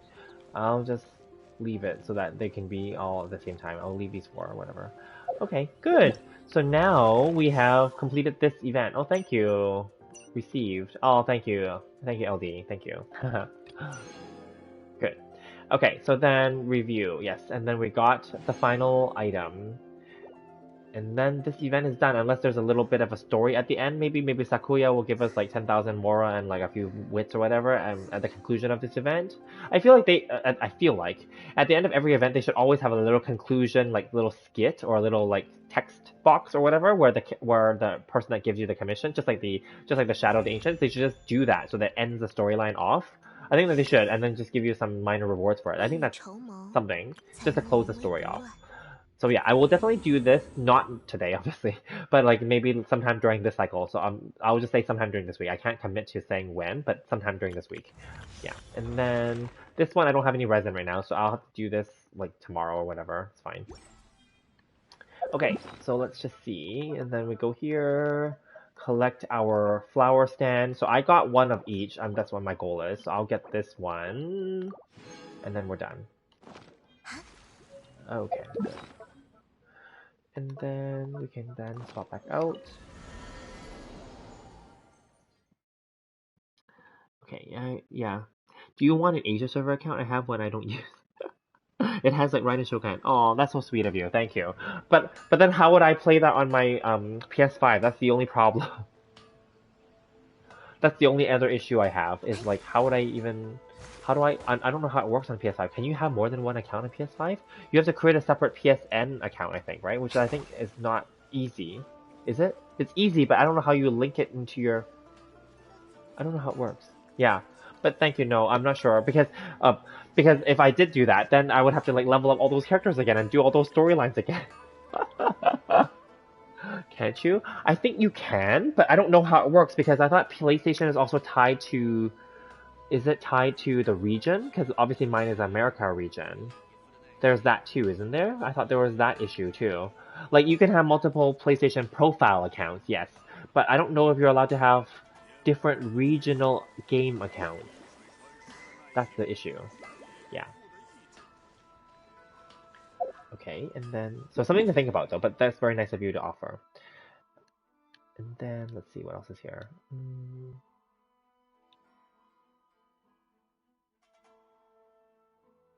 Kazuha, you said, right? Let's see. Oh, no, it's AR-45. You won't have to do all like the story quests. Oh, okay, that's nice. So you have been playing it then, technically. But yeah, the regional thing is the part that I'm curious about, right? Yeah. We'll see, we'll see. Yeah. And then like, I mean, I know that other people, and I wouldn't say that they do it on PS5. I know that they do it on computer because on computer it's anything's possible, right? So yeah. Okay, you said you wanted to see Kazuha. I guess I'll go kill the fire flower then. I guess that's easier.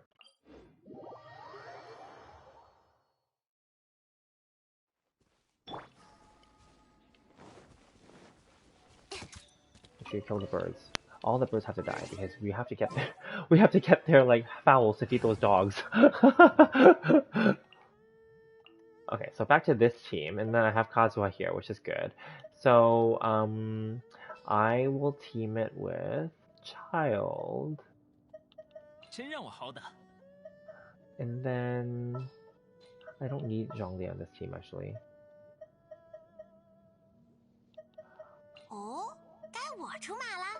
I can just put,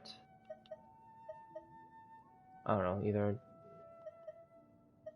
let's see,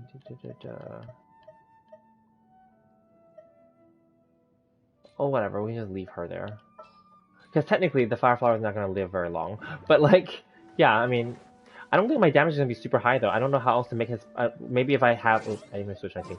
I don't, if I put like a fire, another, maybe double pyro, maybe that will make it somewhat stronger. So maybe I just put any random fire character here.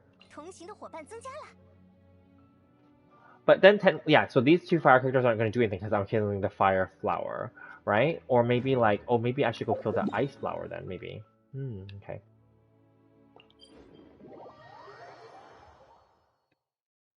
No, it's my brother's brother's second. He knows play with his sisters. Oh, okay, it's confusing. Interesting. Okay. Kazuha Bennett is the best, not gonna lie. Okay, let's try Bennett then. Because the Pyro Infusion in his rolls, which do more damage against Hydro enemies and Cryo. Okay. So we'll put in Bennett. Where's Bennett? Okay, I'm blind. Okay, there. Then I don't need Child. Because Child was because I need to break the shield for the other guy.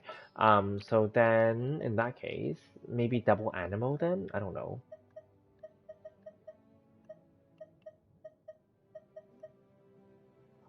Or, oh, I know. My Kokomi has the Thrilling Tail, so maybe I can just use that to give the 48% or whatever. Where's my Kokomi? Am I blind? Where the hell did she go? Where did she go? Oh, there. I'm blind. I'm like, wait, where the hell is she? Okay. Kujo Sara? True, like, there's all these options, yeah. But then if I have two Pyro, then they would get the Resonance, right? Hang on, so how, oh wait, so the order of it should be, actually, it should be, well, now that when I do this, it's gonna make Bennett stronger, but whatever.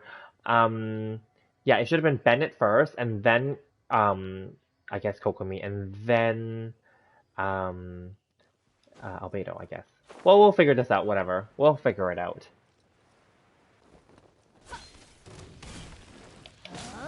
Okay, let me just use her to break his shield. Yes,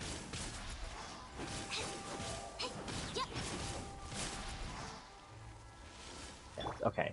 Hit her, and then him, then he throws this down, then this, then I throw this out. I don't think it's that strong. Or maybe it didn't crit or whatever, or maybe because I jumped up when the camera was there. I don't know. Instead of Kokomi and Kujosara would give more attack bonus than 2 Pyro. Is it? Okay.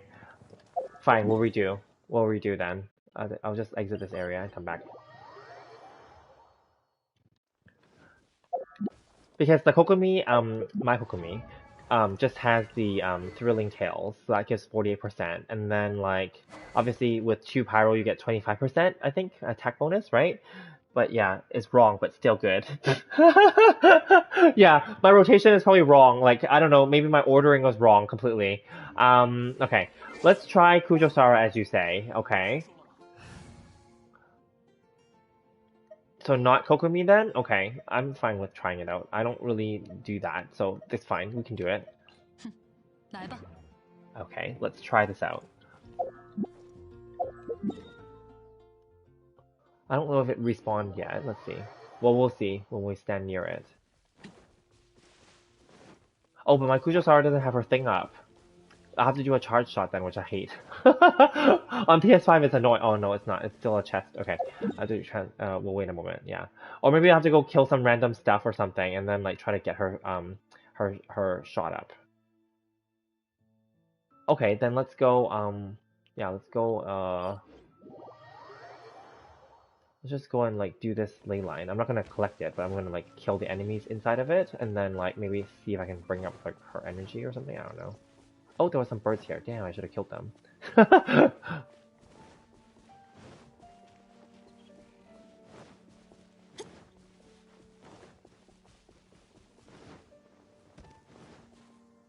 Let's see, let's see. Oh, you should use the rotation I use on my Kazuha showcase, but I use like tons of off buffs. Okay. And then like use Mona, Kokomi, Kazuha, and Bennett. First Bennett, then Mona, then Sarah, then Kazuha. Okay. Wait. How does that work? Bennett, then Mona, then Sarah, then Kazuha. Then, okay. Mona, Kokomi, Kazuha, Bennett. Okay. So there's like 2 choices? Okay. Let's see. Mona, Kokomi, Kazuha, Bennett. Okay. Let's try that one first. So if that's the case, I will need them in my team so that I can collect some energy for them. I wish, you know, when you go to the Statue of the Seven, they'll just give you, like, energy. That'd be great. Okay, again I'm blind. Where is Kokomi again? Okay. Because they shift. Okay. You said Kokomi, Mona, Kazuha, and Bennett. Okay. So Bennett, okay, Kazuha. Okay, let's just see. Who has energy, who doesn't? Okay, Kokomi actually has her energy already. Okay, that's fine. So, her ult or whatever. Then let's try Mona. Okay.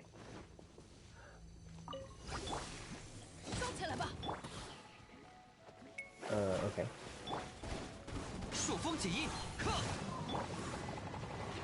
I just want her to collect the energy. I can heal them afterwards.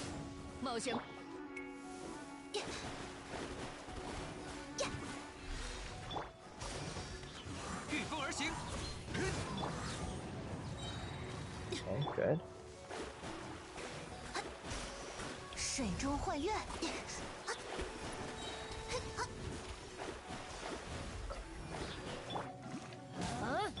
Oh, she got it. Okay. Then I need Kazuha to get it now. Okay, good.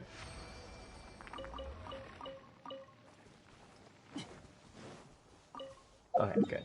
So then now, after that little bit of time has passed, we should be able to now go here. First, okay, let's see. I'm gonna read this now. First, Bennett use his burst, break the shield. Then Mona, her burst gives the buff. Then Kujo gives attack buff. Then Kazuha. Okay. Okay, let's try this.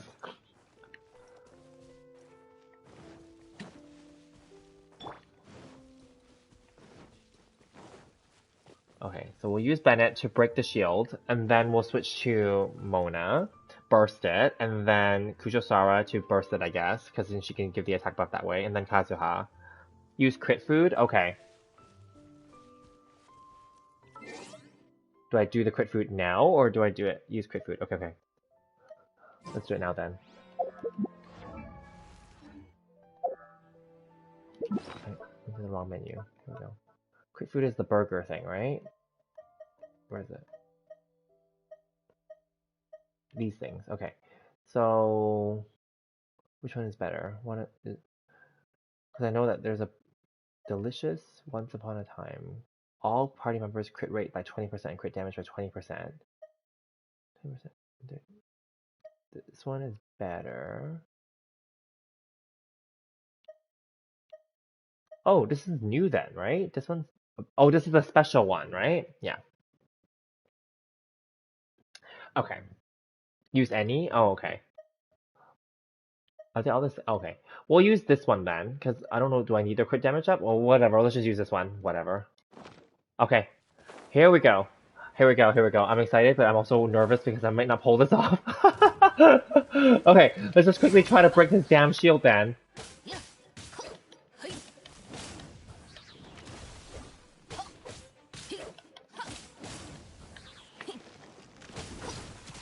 Okay, whatever. Yeah. Wipe him. Okay, quickly. Okay, burst, and then Mona burst. Then Kujosara burst. And then, am I bursting with Kazuha? Well, it's dead already. By the time I got to Kazuha, it died already.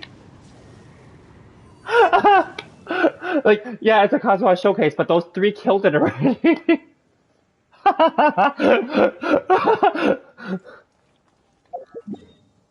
Okay, well there you go. It's like overkilled. We didn't even get to see what like what the actual like damage was. Kujosara killed her with her. Yeah, I think, yeah. Because it also has the reaction, I think, because of the elemental, right? So, oh well, that was fun. So maybe we don't need all 4 of them. Clip that. Oh yeah, that's a good point. Yeah, I should, right? I'll clip that later. Yeah, that's a good point. And then post it up as like some kind of like little short thing. Thank you. That was good. We did all that, and then like, boom, it's already dead already. Even before Kazuha got to it, there was no damage on Kazuha. That's fine.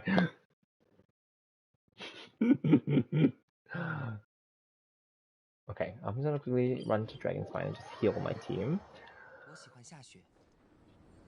But that's good, I didn't know about these things. See, I'm not like such a good like min-maxer, rotation, like min-maxer even. Like I just go in, like I'm totally like a hack and slash kind of player. I just go all in and just like kill things and just boom, you know, just get it all done, right? Yeah.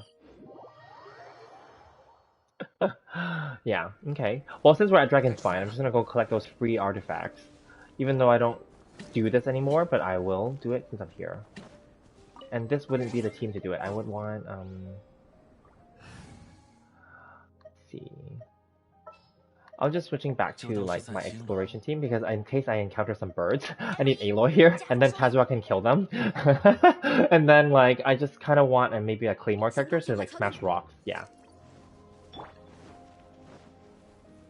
And then obviously Zhongli can do this where he can smash all of them faster.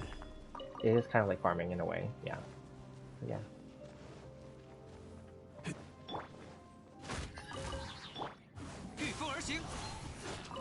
Oh right, the food is still buffing them. Because it's 30 seconds or something, right? And then there's these 3. And then there's that. And then there's the one here. And then like, you know, Inazuma has so many farming spots, I love it. But then I don't have enough map pins, so whatever. Plus there's also a limit of how many things you can actually, if you were to do all the artifact runs, if you do all the ones in Mondstadt and Li, well, it's really just Dragonspawn and Liyue that has artifacts, by the way. This is a little tip. And then you do some of the Inazuma ones, you'll max out, and then eventually all the investigation points will disappear, even if you didn't get them all yet. So, yeah. But then I haven't done that in a while, but at least there's a good, like, you know, you can at least get more that way if you were to farm it every day. I don't do it, but yeah. Like there's tons, right? Like I have all these ones mapped out like here and all over here. Obviously there's tons of farming routes. Inazuma, I only mapped a few of them, but there's lots in Inazuma too. And then you can just, and the mine area, here Kanazuka has tons. And there's lots of weapon fodder ones there too, so that's good too. Yeah. Your Kazuo has lots of places to improve. You can get 400k damage with him, but I would need to do tons of farming for just one showcase. Well, I would love to see that showcase, so whenever you're ready, let us know. Seriously. I know Kazuo's your boy, so I will let you do the awesome showcase.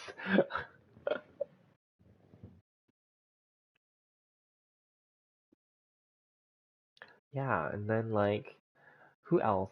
Um,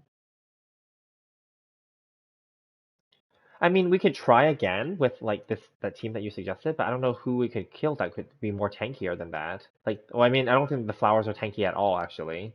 The Primo Geovishap? Let me see. I mean, we can try. It doesn't hurt, right?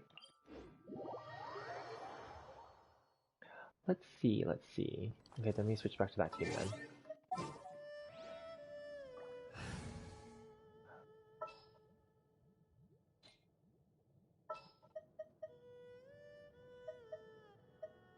I'm curious too. Where's my Bennett? Okay, I'm blind, clearly. They're like all there. I just always never... Okay, here. Because they move out of... They shift... Okay, anyway, Mona... 繁星尽在掌握。 Kujosara... 与你并肩。 Okay, and now I'll need to find like a ley line to go and get like energy again. Okay, let me just do that first. Where is the ley lines? Okay, there's one here. Oh, he moves way too much? Okay, so what would you suggest then? Let me see. To do damage. Okay, okay. What was a more tankier boss then? Let me think. Child is not that tanky, right? No.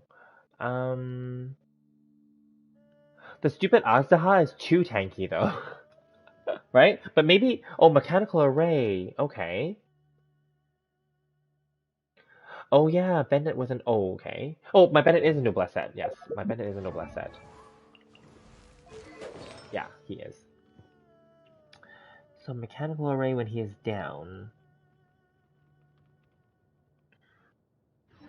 Interesting. Okay. Because he will have 60% defense when he is down. Oh, okay. Sure, okay. Let's first get energy first then. Oh, I see birds. This sounds so silly. Oh, I don't have Aloy in this team. Fine, they fly away. Fine. First, collect the energy for yourself. Collect the energy for yourself. Yes.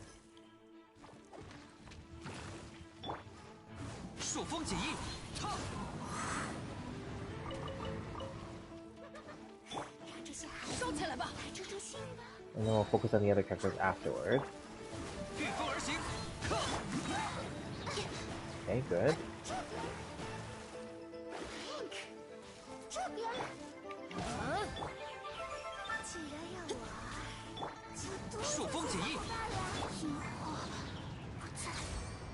Okay, not enough, but that's okay. Well, at least most of them got their energy. And since I am here, there is an artifact here, so I'm gonna go grab it. Oh, there's birds. Oh. Oh, they flew away, damn it, because I don't have Aloy. I was gonna swap my team quickly, but no, they saw me, damn them. Okay, I have enough fowls. I'm just saying, like, it doesn't hurt to get more, because I'd feed those dogs. And here is a artifact. Okay, so let me just go find some quick enemies to kill, and then, like, well, not kill, but, like, collect energy from. There's something here, right? There's, like, a witch here, too? Yeah, she is right there.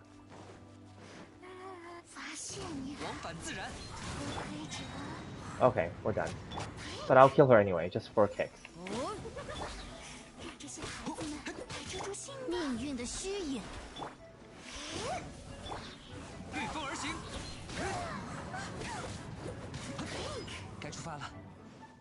What? She's still alive? Okay. 多救些小伙伴了。Oh, jeez. To be able to achieve around 50k damage, I had bounty, but okay. Oh, nice. Okay, so now we will go and do what you suggest. We will go to the mechanical array.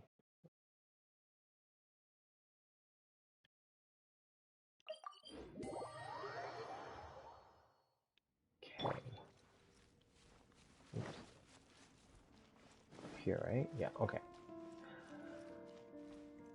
So when I do this, I guess I have to do everything again. Like, well, this one doesn't have a shield, but he'll have that second phase, right? But then, like, let's just see what happens. Yeah. So, wait, am I supposed to take the food now or after then?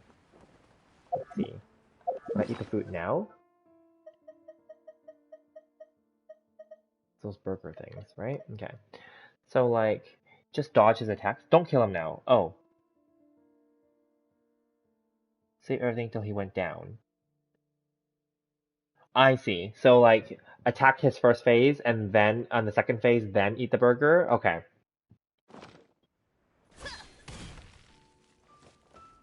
So, like, attack, basically, right? Okay. So break his first phase, and then wait till he goes into that, because he'll go into that phase where he separates, and then after you break that second phase, then his final phase is where we're focusing on, right? Oh, shit. Okay, then that's okay, because he'll get it back up.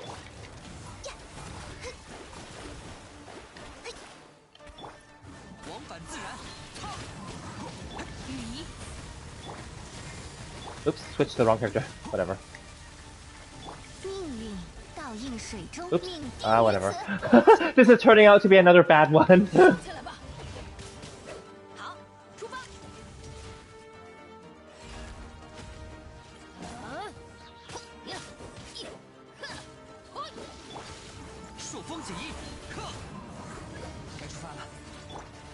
What is it?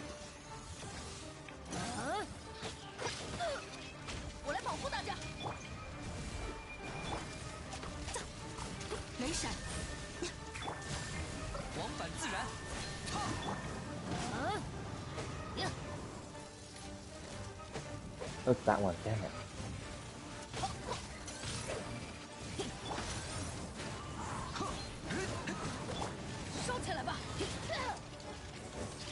Clearly, I wasn't planned to do this strategic battling.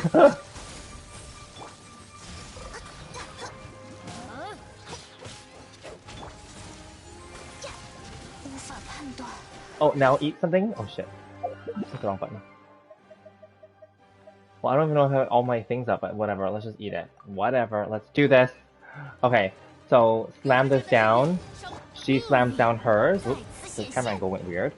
She slams down hers. Then he switches and slams down his.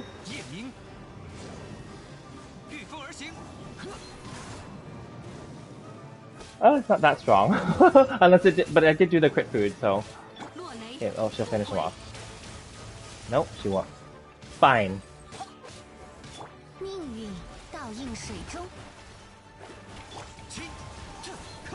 Ah.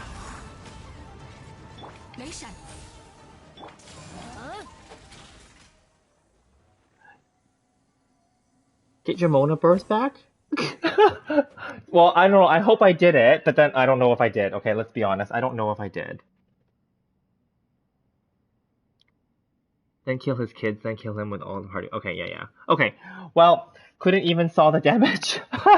Another fail. So, you know, I'll wait for your video.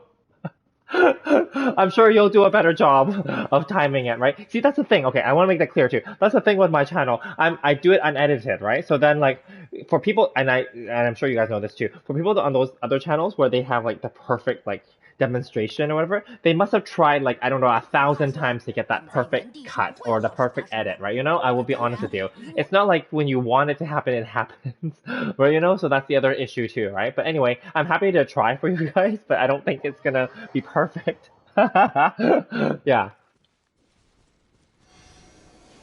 But yeah, no, it was fun for me too to try. It was good, and now I'm learning about like these rotations and such too. See, there's always something that we can all learn. But yeah, it may not have been the best. Obviously, the damage wasn't the highest. I think that the numbers were overlapping too. But you know, it was kind of cool. Like at least it worked in the sense that I think they all unleashed their ults. I ate the crit food, of course, and it seemed like it was okay. Yeah, I mean, it may not have been the best damage, but it was what it was. It didn't kill him off right away, but it is what it is. Yeah, not successful. I need more practice too. Oh, okay, no worries, all good. Let's leave it for another time. Yeah, for sure. No, I would be happy to see your version of it, and yeah, it would be awesome. And no worries, like we're all learning, and there's like I mean, we're not trying to like be like those whale channels and all that stuff where they can spend the time. You know, those whale channels, they obviously have a lot more money, so they actually can hire editors and stuff to do all the editing for them, right? I obviously am doing this by myself. I'm learning as I go as well. That's why I don't edit my videos because I don't have time. But yeah, there's all these things. I will try to do 800 damage with 800k with my Hu Tao. That's fine. I think that's pretty good. Yeah. And to be fair, those whale people, like they have like R5 5-star weapon, and they have like C6 5-star character. Like you can't beat that too, right? There's also those. Like none of us are like the Tony Toes of the world, right? Tony Toe is like amazing. Did you guys see on his channel like I think was it a month or two ago? He got like a VIP gift from MiHoYo. He unboxed it. I saw that video. Yeah, I liked it, and I did at one point have it in my playlist too. But I removed other people's videos from my playlist recently because I have enough videos now. When I first started my channel, I didn't have any, so I had to put other people's videos on my playlist. But anyway, Tony Told received like a gift package from MiHoYo, official. He unboxed it, and it was like a book and like some memorabilia, some stickers, and some things like that. Anyway, yeah, but then that's for him being a whale, right? And like they do that a lot in Asia. I will say, I've traveled also often to Asia. Like that's their culture. They like to gift people like VIP stuff. Even here, like if you are like those, if you go for those prestigious brands and stuff like that, they always gift you stuff. Like I'm not saying that I recommend those, but I'm just saying like when I was younger, I was into like say fashion and stuff, and I was actually a model. And then yeah, like I was a VIP at certain name brand stores like Gucci, etc., etc. And then like yeah, they give you gifts. And then like my friends, they were VIPs at like LV and like I'm not flexing here, just so we're clear. I'm just giving an example. And then like and Hermes and all that stuff, right? And then like they like at certain times of the year they get like free gifts. So like LV gave my friend like a $500 like candle, and like that's so silly and ridiculous, right? Like, first of all, like, please, it's not worth $500, but whatever. But then, like, the point is, like, yeah, they give you these gifts during like festive season. I'm no longer a VIP of those stores, just so we're clear. I don't buy from them anymore, so I'm no longer a VIP. That's many years ago when I was younger. I'm no longer working or in fashion, and I'm no longer as good looking as before to be a male model. But anyway, that was a long story, but something fun there to talk about.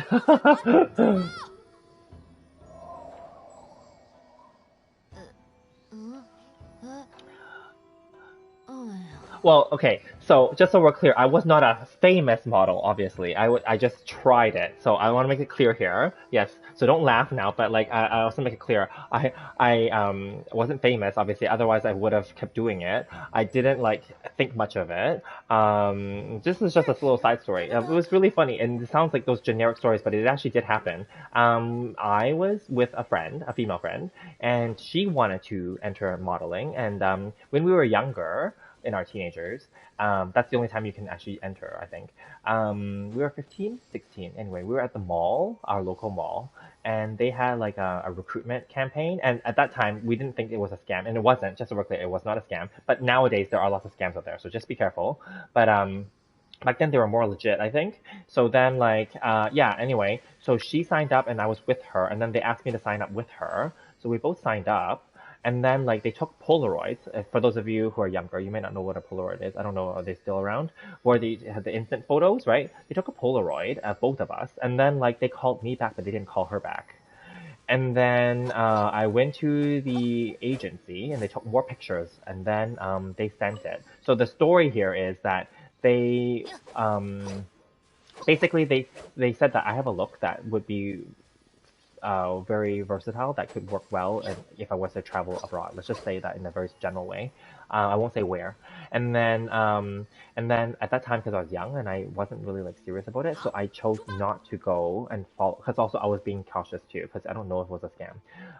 And then they were like, yeah, you can go, like, for example, they said like go work in Japan or like Korea or like something like that, right? You know? And then I was like, well, I'm young and I don't really know that I'm not going to give up school to go do this. And I didn't. And then, so I didn't go, okay, just so we're clear. So then they weren't happy about it, right? Anyway, it didn't work out. Then, when I was older, I was traveling in Asia, and then I actually moved at one point to Asia temporarily for 1 year. And yeah, I did some. I actually did it, yeah. And then they were telling me, they're like, you should have come when you were young then, because you possibly could have become like higher up, right? I'm like, no, I don't think so, but whatever, right? It's stressful, yeah. And then so I did it, and I will be honest, I wasn't famous. I was not like in like a, like major magazine or something like that. I was never a cover model. I was never like a major fashion model or anything like that. Did some runway, did some photos, that's it. But like that doesn't really make me a real model in my opinion. It was just like me trying out. So anyway, that's my story.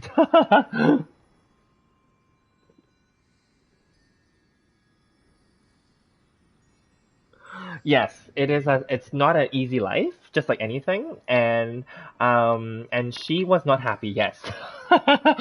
Yes. And I didn't pursue it and I didn't think much of it. I will just say that now. But I respect people that go through it. Now there are lots of, especially nowadays after Me Too a few years ago, there are lots of male and female models that have come out and said that they were sexually harassed or abused by photographers and also abused maybe just like verbally or emotionally from their modeling agencies.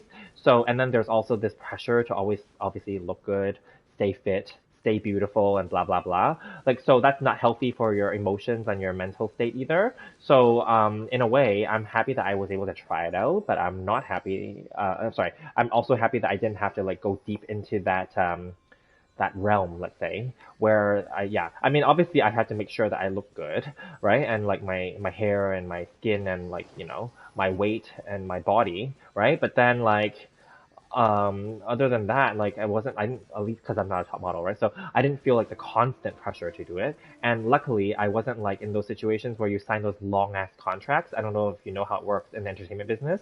You have to sign really long ass contracts with them, like for like, I don't know how many years, right? Now with modeling, people are more disposable.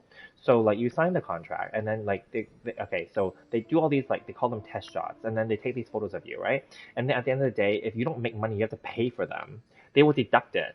And then if you make money, they will deduct it from your pay, right? So like you're always like kind of like in debt to these people. And then unless you're a top model where you make way more, right? And then similar to like K-pop groups that have come out and said this, they sign long ass contracts with them. They sign like 10-year contracts, 20-year contracts, like really long ass contracts.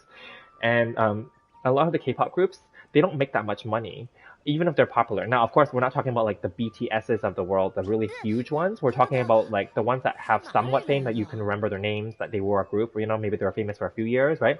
Those groups don't make that much money. There are some K-pop groups that I followed before that are no longer together anymore. They disbanded. They came out and said that they're like, oh, now I'm in my 30s and I have no money to my name. And now no one knows who I am because they left the entertainment business as well. Because there's all this stress and pressure that to like be beautiful and be perfect. And and then the people yell at you, like, no offense, but like well, this is actually the truth. Like the people that you work with, they yell at you, like, because to them you're a product. You are making money for them.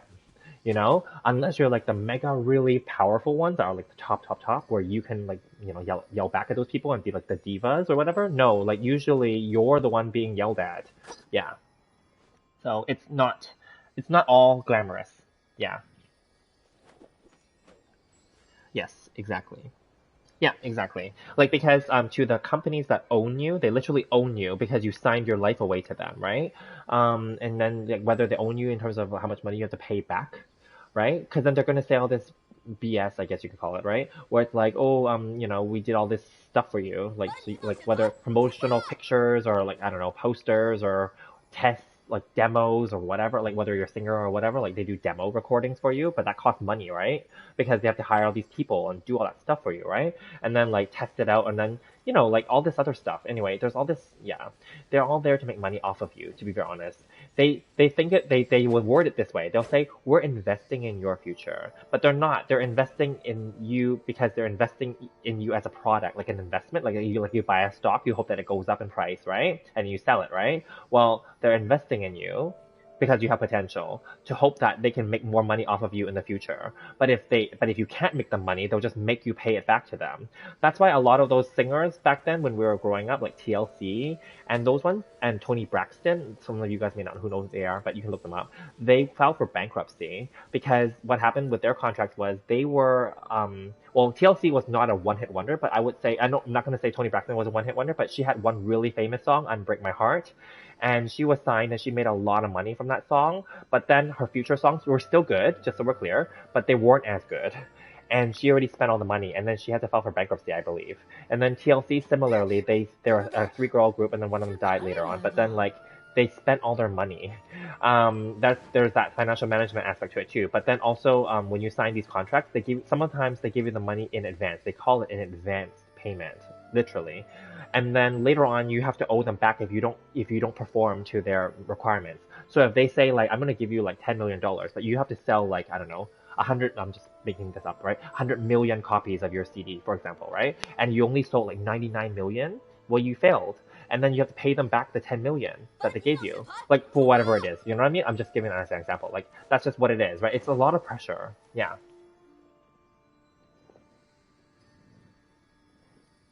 Yeah, exactly. Esports, yes, they think of you as a commodity. Even in Asia, what's popular, and especially in China, what's popular is live streaming. Like I know we're doing live streaming right now, but they have those live streamers where they like make money. Like, well, I'm not making any money here, but I'm just saying like they live stream like personality, right? You know, and then like they have to sing and dance and like be pretty or be cute or flirt with you or whatever it is, right? Yeah, and then like a lot of them are signed to talent agencies now, and the talent agencies make money off of these people. Now, what they're going to invest in you is they're going to give you dedicated support, like the small team, like an assistant, hair and makeup, and maybe like a little studio for you to record and teach you tips on how to get more viewers and get people to pay money to you, right, on those apps, right? Yeah, etc. like that, right? So then like same thing, they're making the most money off of you. And when you see like celebrities out there, um, if the singer is only a singer and they don't actually own the music, like they're not the one that creates the music, they don't write the music, produce the music, direct the music, they actually make very little. Yeah, that's the reality. You may seem like it may sound like they make a lot of money, but they were advanced the money. That's why.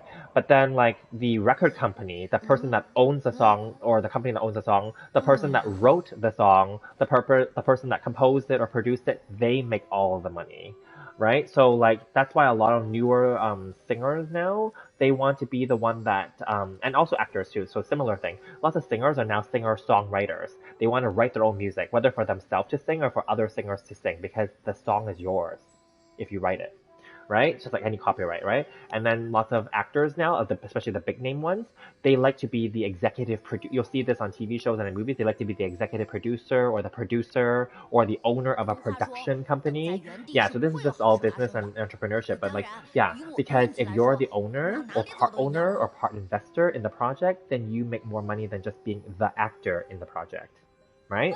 So that's just how it works.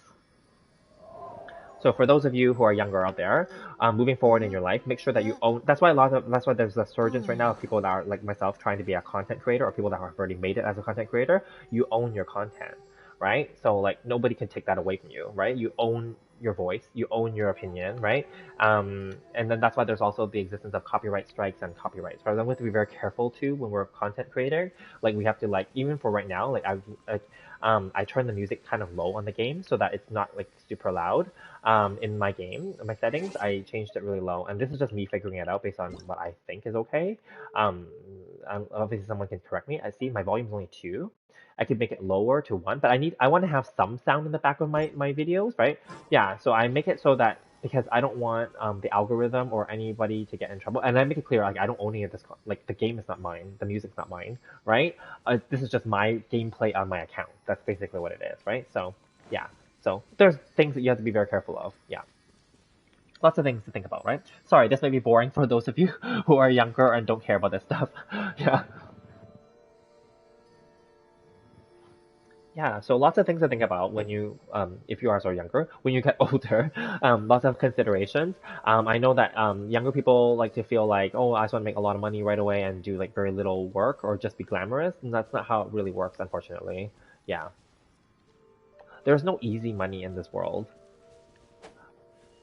And some people on YouTube will tell you like, oh, buy this stock or buy this crypto or blah blah blah and do this and do that. They're just trying to sell you something, unless they're literally trying to be genuine and share like maybe like tips with you, and they're not expecting you to actually, other than you watching their video and maybe clicking like or whatever, like they're not actually selling you something because a lot of them are like, in my opinion, very scammy.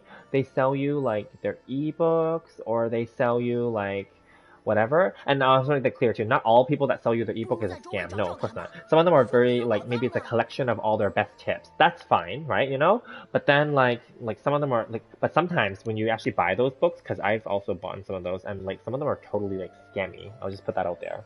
Yeah. So, yeah. And then there's lots of those ones that make it sound so easy online. They're like, oh yeah, just buy this stock and it'll go up and blah, blah, blah. I can tell you right now, for being someone that has been investing in stocks for like over a dozen years now, I'm in my 30s, but I only started investing when I was in my early 20s. So then like, no, actually then, hang on, then it's actually more than that. But okay, whatever, I'm not gonna age myself. So anyway, let's just say more than a dozen years. Yeah, so then like, I have been in the stock market through the ups and the downs. I can tell you that those people that keep telling you that they can only make money every day is bullshitting you. I can tell you that right now. It's not guaranteed. I mean, on my portfolio, yeah, like I said earlier, I'm retired, but then like I'm also sitting on some losses too, but that doesn't mean I'm gonna cry over it, right? I know what I'm doing, right? You know, my point is like it's not possible for you to only have gains. Let's put it that way, right? It's not. It's impossible because for you to only have gains every day or all the time means that you're somehow beating the stock market, which you can't control, which then that means that that's bullshit when they're saying that. So don't buy that, you know? Like it'll go up and it'll go down. Like companies will go bankrupt and be or purchased by other companies, et cetera, et cetera. So don't buy into any of that, okay? I'm very honest when I tell my close friends and family, like my stocks, and I share my pros and my tips and stuff with them, and then we all like collaborate together to find better stocks. And it's been a great year. In some years I've made more, in some years I made less, but regardless, it's been a great year this year. I will say that, COVID aside. And last year was also a really good year for stock market as well. So, and real estate as well. So, but doesn't mean that I don't have losses too, right? But when I say I'm sitting on losses, it doesn't mean that I am gonna like take the loss. Like it will say that it's negative because I paid more for it, right? Because it went down. But keeping in mind, we're still in COVID right now. So once we exit COVID and recover, the goal and the potential of those companies is still there, that they will recover too, right? And then the money, the value will go back. So I'm not worried. Yeah. So there's that too. Now, also, I have a dividend strategy. And for those of you who don't know what dividends are, it's when the company pays you back for holding their shares, kind of like bank interest, but better. Dividends are, first of all, taxed at a lower rate. And also dividends can be more, I guess you can say, lucrative than regular interest. Not just for the tax reasons, but also because the payout is higher. So then I have a core dividend portfolio. It pays me money every month. Whether the stock goes up or down, it doesn't matter. So that's how I retired. Basically, I made sure that it pays me more than I would make from a salary or equal to a salary. So that's how I retired. That's the real secret here. All right, if it's any secret, right? And then yeah, and then I also buy like random ones too, like one-off ones are like, you know, crypto or whatever's trending. Sure, I missed the whole GameStop, AMC, and BlackBerry like meme stock thing earlier this year. I didn't buy into that, but then like and I didn't buy into marijuana stocks a few years ago. I didn't do that either. But I will look for like certain trending ones. So I am currently buying some crypto stocks, and then yeah, they go up and they go down. I flip them. I make some profits here and there. Like not flexing here, but like for October, I think I made like just from flipping, and this was not a lot either. This was just me doing very minimal because I'm working. So I like flipped a stock and I made like $3,500. No, I flipped two or three stocks. I made $3,500, and then I yeah flipped a few more and I made a few $100 more, and I was like, okay, that's a good month. That's because that's on top of my I was working, and then that's on top of my dividend income. I also have real estate, so I have rental income as well. So then, like, that's just extra money, right? You know, so that's why, in a way, I was able to do some dolphin like phase for this game because not that I'm spending all my money here, but I'm just was willing to. Anyway, sorry, I'm going into too much information now. Yeah. But anyway, so that's kind of like some things that I would love to talk about if I was to create my second channel talking about finance. I know that not everyone's interested in that, so that's why I would create that as a separate channel, right? So yeah, just something. But yeah, and then like I would never want to talk about like specifically maybe like what I actually invest in because I don't want people to feel like, oh, you have to follow me. No, of course not. I want everyone to know and feel empowered that they can make their own decisions and find good stocks that they like, basically, and kind of just share like how or what you should be looking for. Because also we're all in different countries, and we would have access to different stocks too. Yeah. Anyway. So I noticed that I lost a lot of viewers just now, and that's fine. So we're only down to like 2 now. That's okay. So I get that the topic got a little bit too off tangent here. I'm sorry. So yeah, let's just leave it at that for that topic. Yeah. So in terms of the game, then just get recentered back to the game. This game, yes, I have done all my daily things for the day. So I guess, if there's no other questions, um, or any like things, like feel free to throw me any more questions or comments right now. But I guess we'll have to wrap this up soon then because it's almost 2:30 a.m. here. It's fine. Like I said, I'm working in the morning. I'm a night owl anyway. It's fine. I work from 8:30 in the morning and it's fine. Tomorrow I'm working from home, so I just have to roll out of bed and comb my hair, put on like a decent looking shirt, and then like I'm good. So we're good because I have to do a Zoom meeting in the morning. Yeah, so we're good. So, but anyway, so I'm good because like then I don't have to like pack a lunch or anything. I'm good. So right now it's almost 2:30. But if you guys have any last minute questions, feel free to let me know. Yeah, and then. Yeah, and then it's funny because like tomorrow, yeah, tomorrow I'll be working from home and I'll be doing that, and then tomorrow we have a late evening meeting as well, which is great. It's gonna make my day longer, but that's okay. The company's awesome. They're gonna give me the extra time off for it, so like the extra meeting's gonna be maybe like an hour or two long at the end of my day. It just happened that it's scheduled that way, and it's fine. So then I'll just get those equivalent hours, like an hour or two off extra on another day. So I'll just take them off early on Friday, and then like so yeah.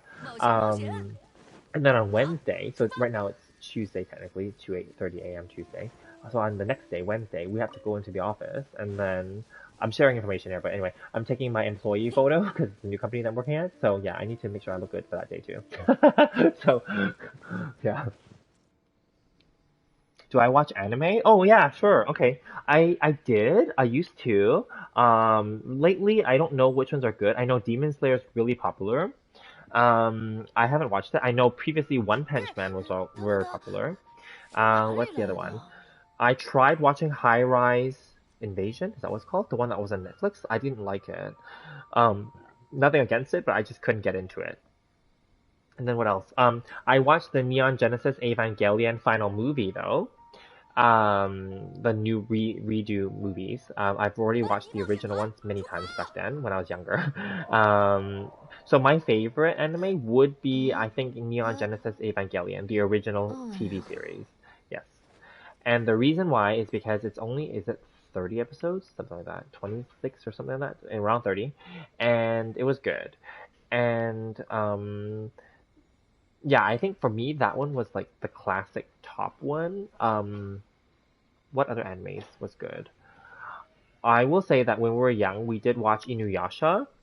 I know that there's a current one that's not a remake, but it's like a sequel. It's like featuring the Inuyasha and those characters as daughters, right? Sashomaru and all the like their daughters, basically, right? I watched 1 or 2 episodes of that one. I couldn't get into it either, so I didn't continue. Um, yeah, and then like I love the original Neon Genesis, but I'm okay with the new remake because they redid the last, basically the redoing all the endings and the storylines and adding new pilots and the story twists and stuff. I am happy that they did that. Yeah. What other ones did I like? Let me think. There's an old movie called Ninja Scroll. It's old. It's obviously by today's standards, it's considered like maybe not like so special, but then like it was pretty good at the time. So Ninja Scroll is a good movie in my opinion. Um, what's another one? There's an old one called Macross Plus, and there's a whole Macross series. It's about these pilots, basically, these fighter pilots. But anyway, and it's always involving some kind of AI like musical situation. And so that movie was one of the classics for me, Macross Plus. Yeah, and so Ninja Scroll, those are more like classic movies. Yeah, those are the ones. The series. Yeah, the series is good. The series Neon Genesis is good. The movie, okay, so the original series, series has its own ending on the last episode, but people really hated it. That's the real history here. They ran out of budget. This is in Japan. The studio ran out of budget because they didn't think it would be that popular and that people would be so invested, but it was. It became a freaking like hit, right? They ran out of money for the final episode, and then that's why that final episode of that series, the TV series, was not like even like they like you know how you know what I'm talking about. Like it's all like sketched out in like sketch art. It's not even like fully drawn properly. Yeah, and then like then they did two original movies back then, to kind of correct the ending.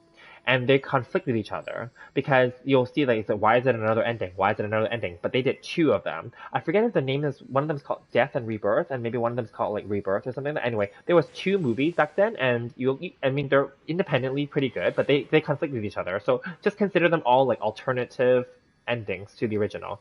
Yeah, and then like but maybe one of them was more of a complete ending than the other one. Yeah. And then like now they redid the whole series in terms of movies. And when you watch the movie now, they have the 1.0, 2.0, 3.0, obviously 4.0 or whatever. But then they also have this, I call it like a director's cut, but that's not what it's called. It's like 1.11, 2.22, 3.33, and then the new one, right? Whichever when they release the new one. I think the new one's called 3.0 plus 1.0, right? But they're probably going to release an updated one of that too because they cut out scenes from the 1.0, 2.0, and 3.0 original release, and they re-released it in like DVD or Blu-ray or whatever as 1.11 version, 2.22 version, and 3.33 version. So I'm thinking that they're going to do the same for this 3.0 plus 1.0 version. They're going to make like I don't know 3.33 plus 1.11 or whatever it is.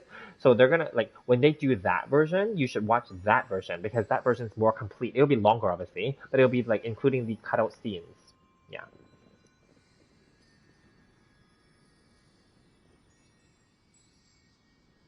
Oh, okay. You should also watch Vivi, Fluorite Eyes Adventure. Okay. I don't even know what that is. Okay, I'll look into it. Thank you. Yeah. And then like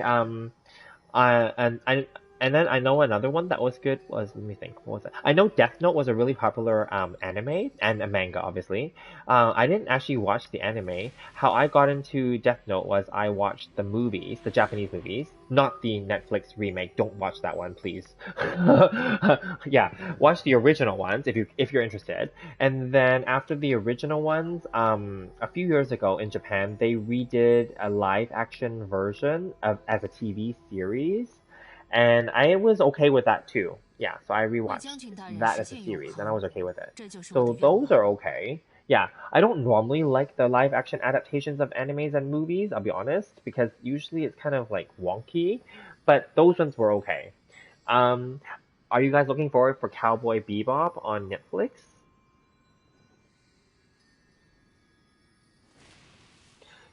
Yeah, okay.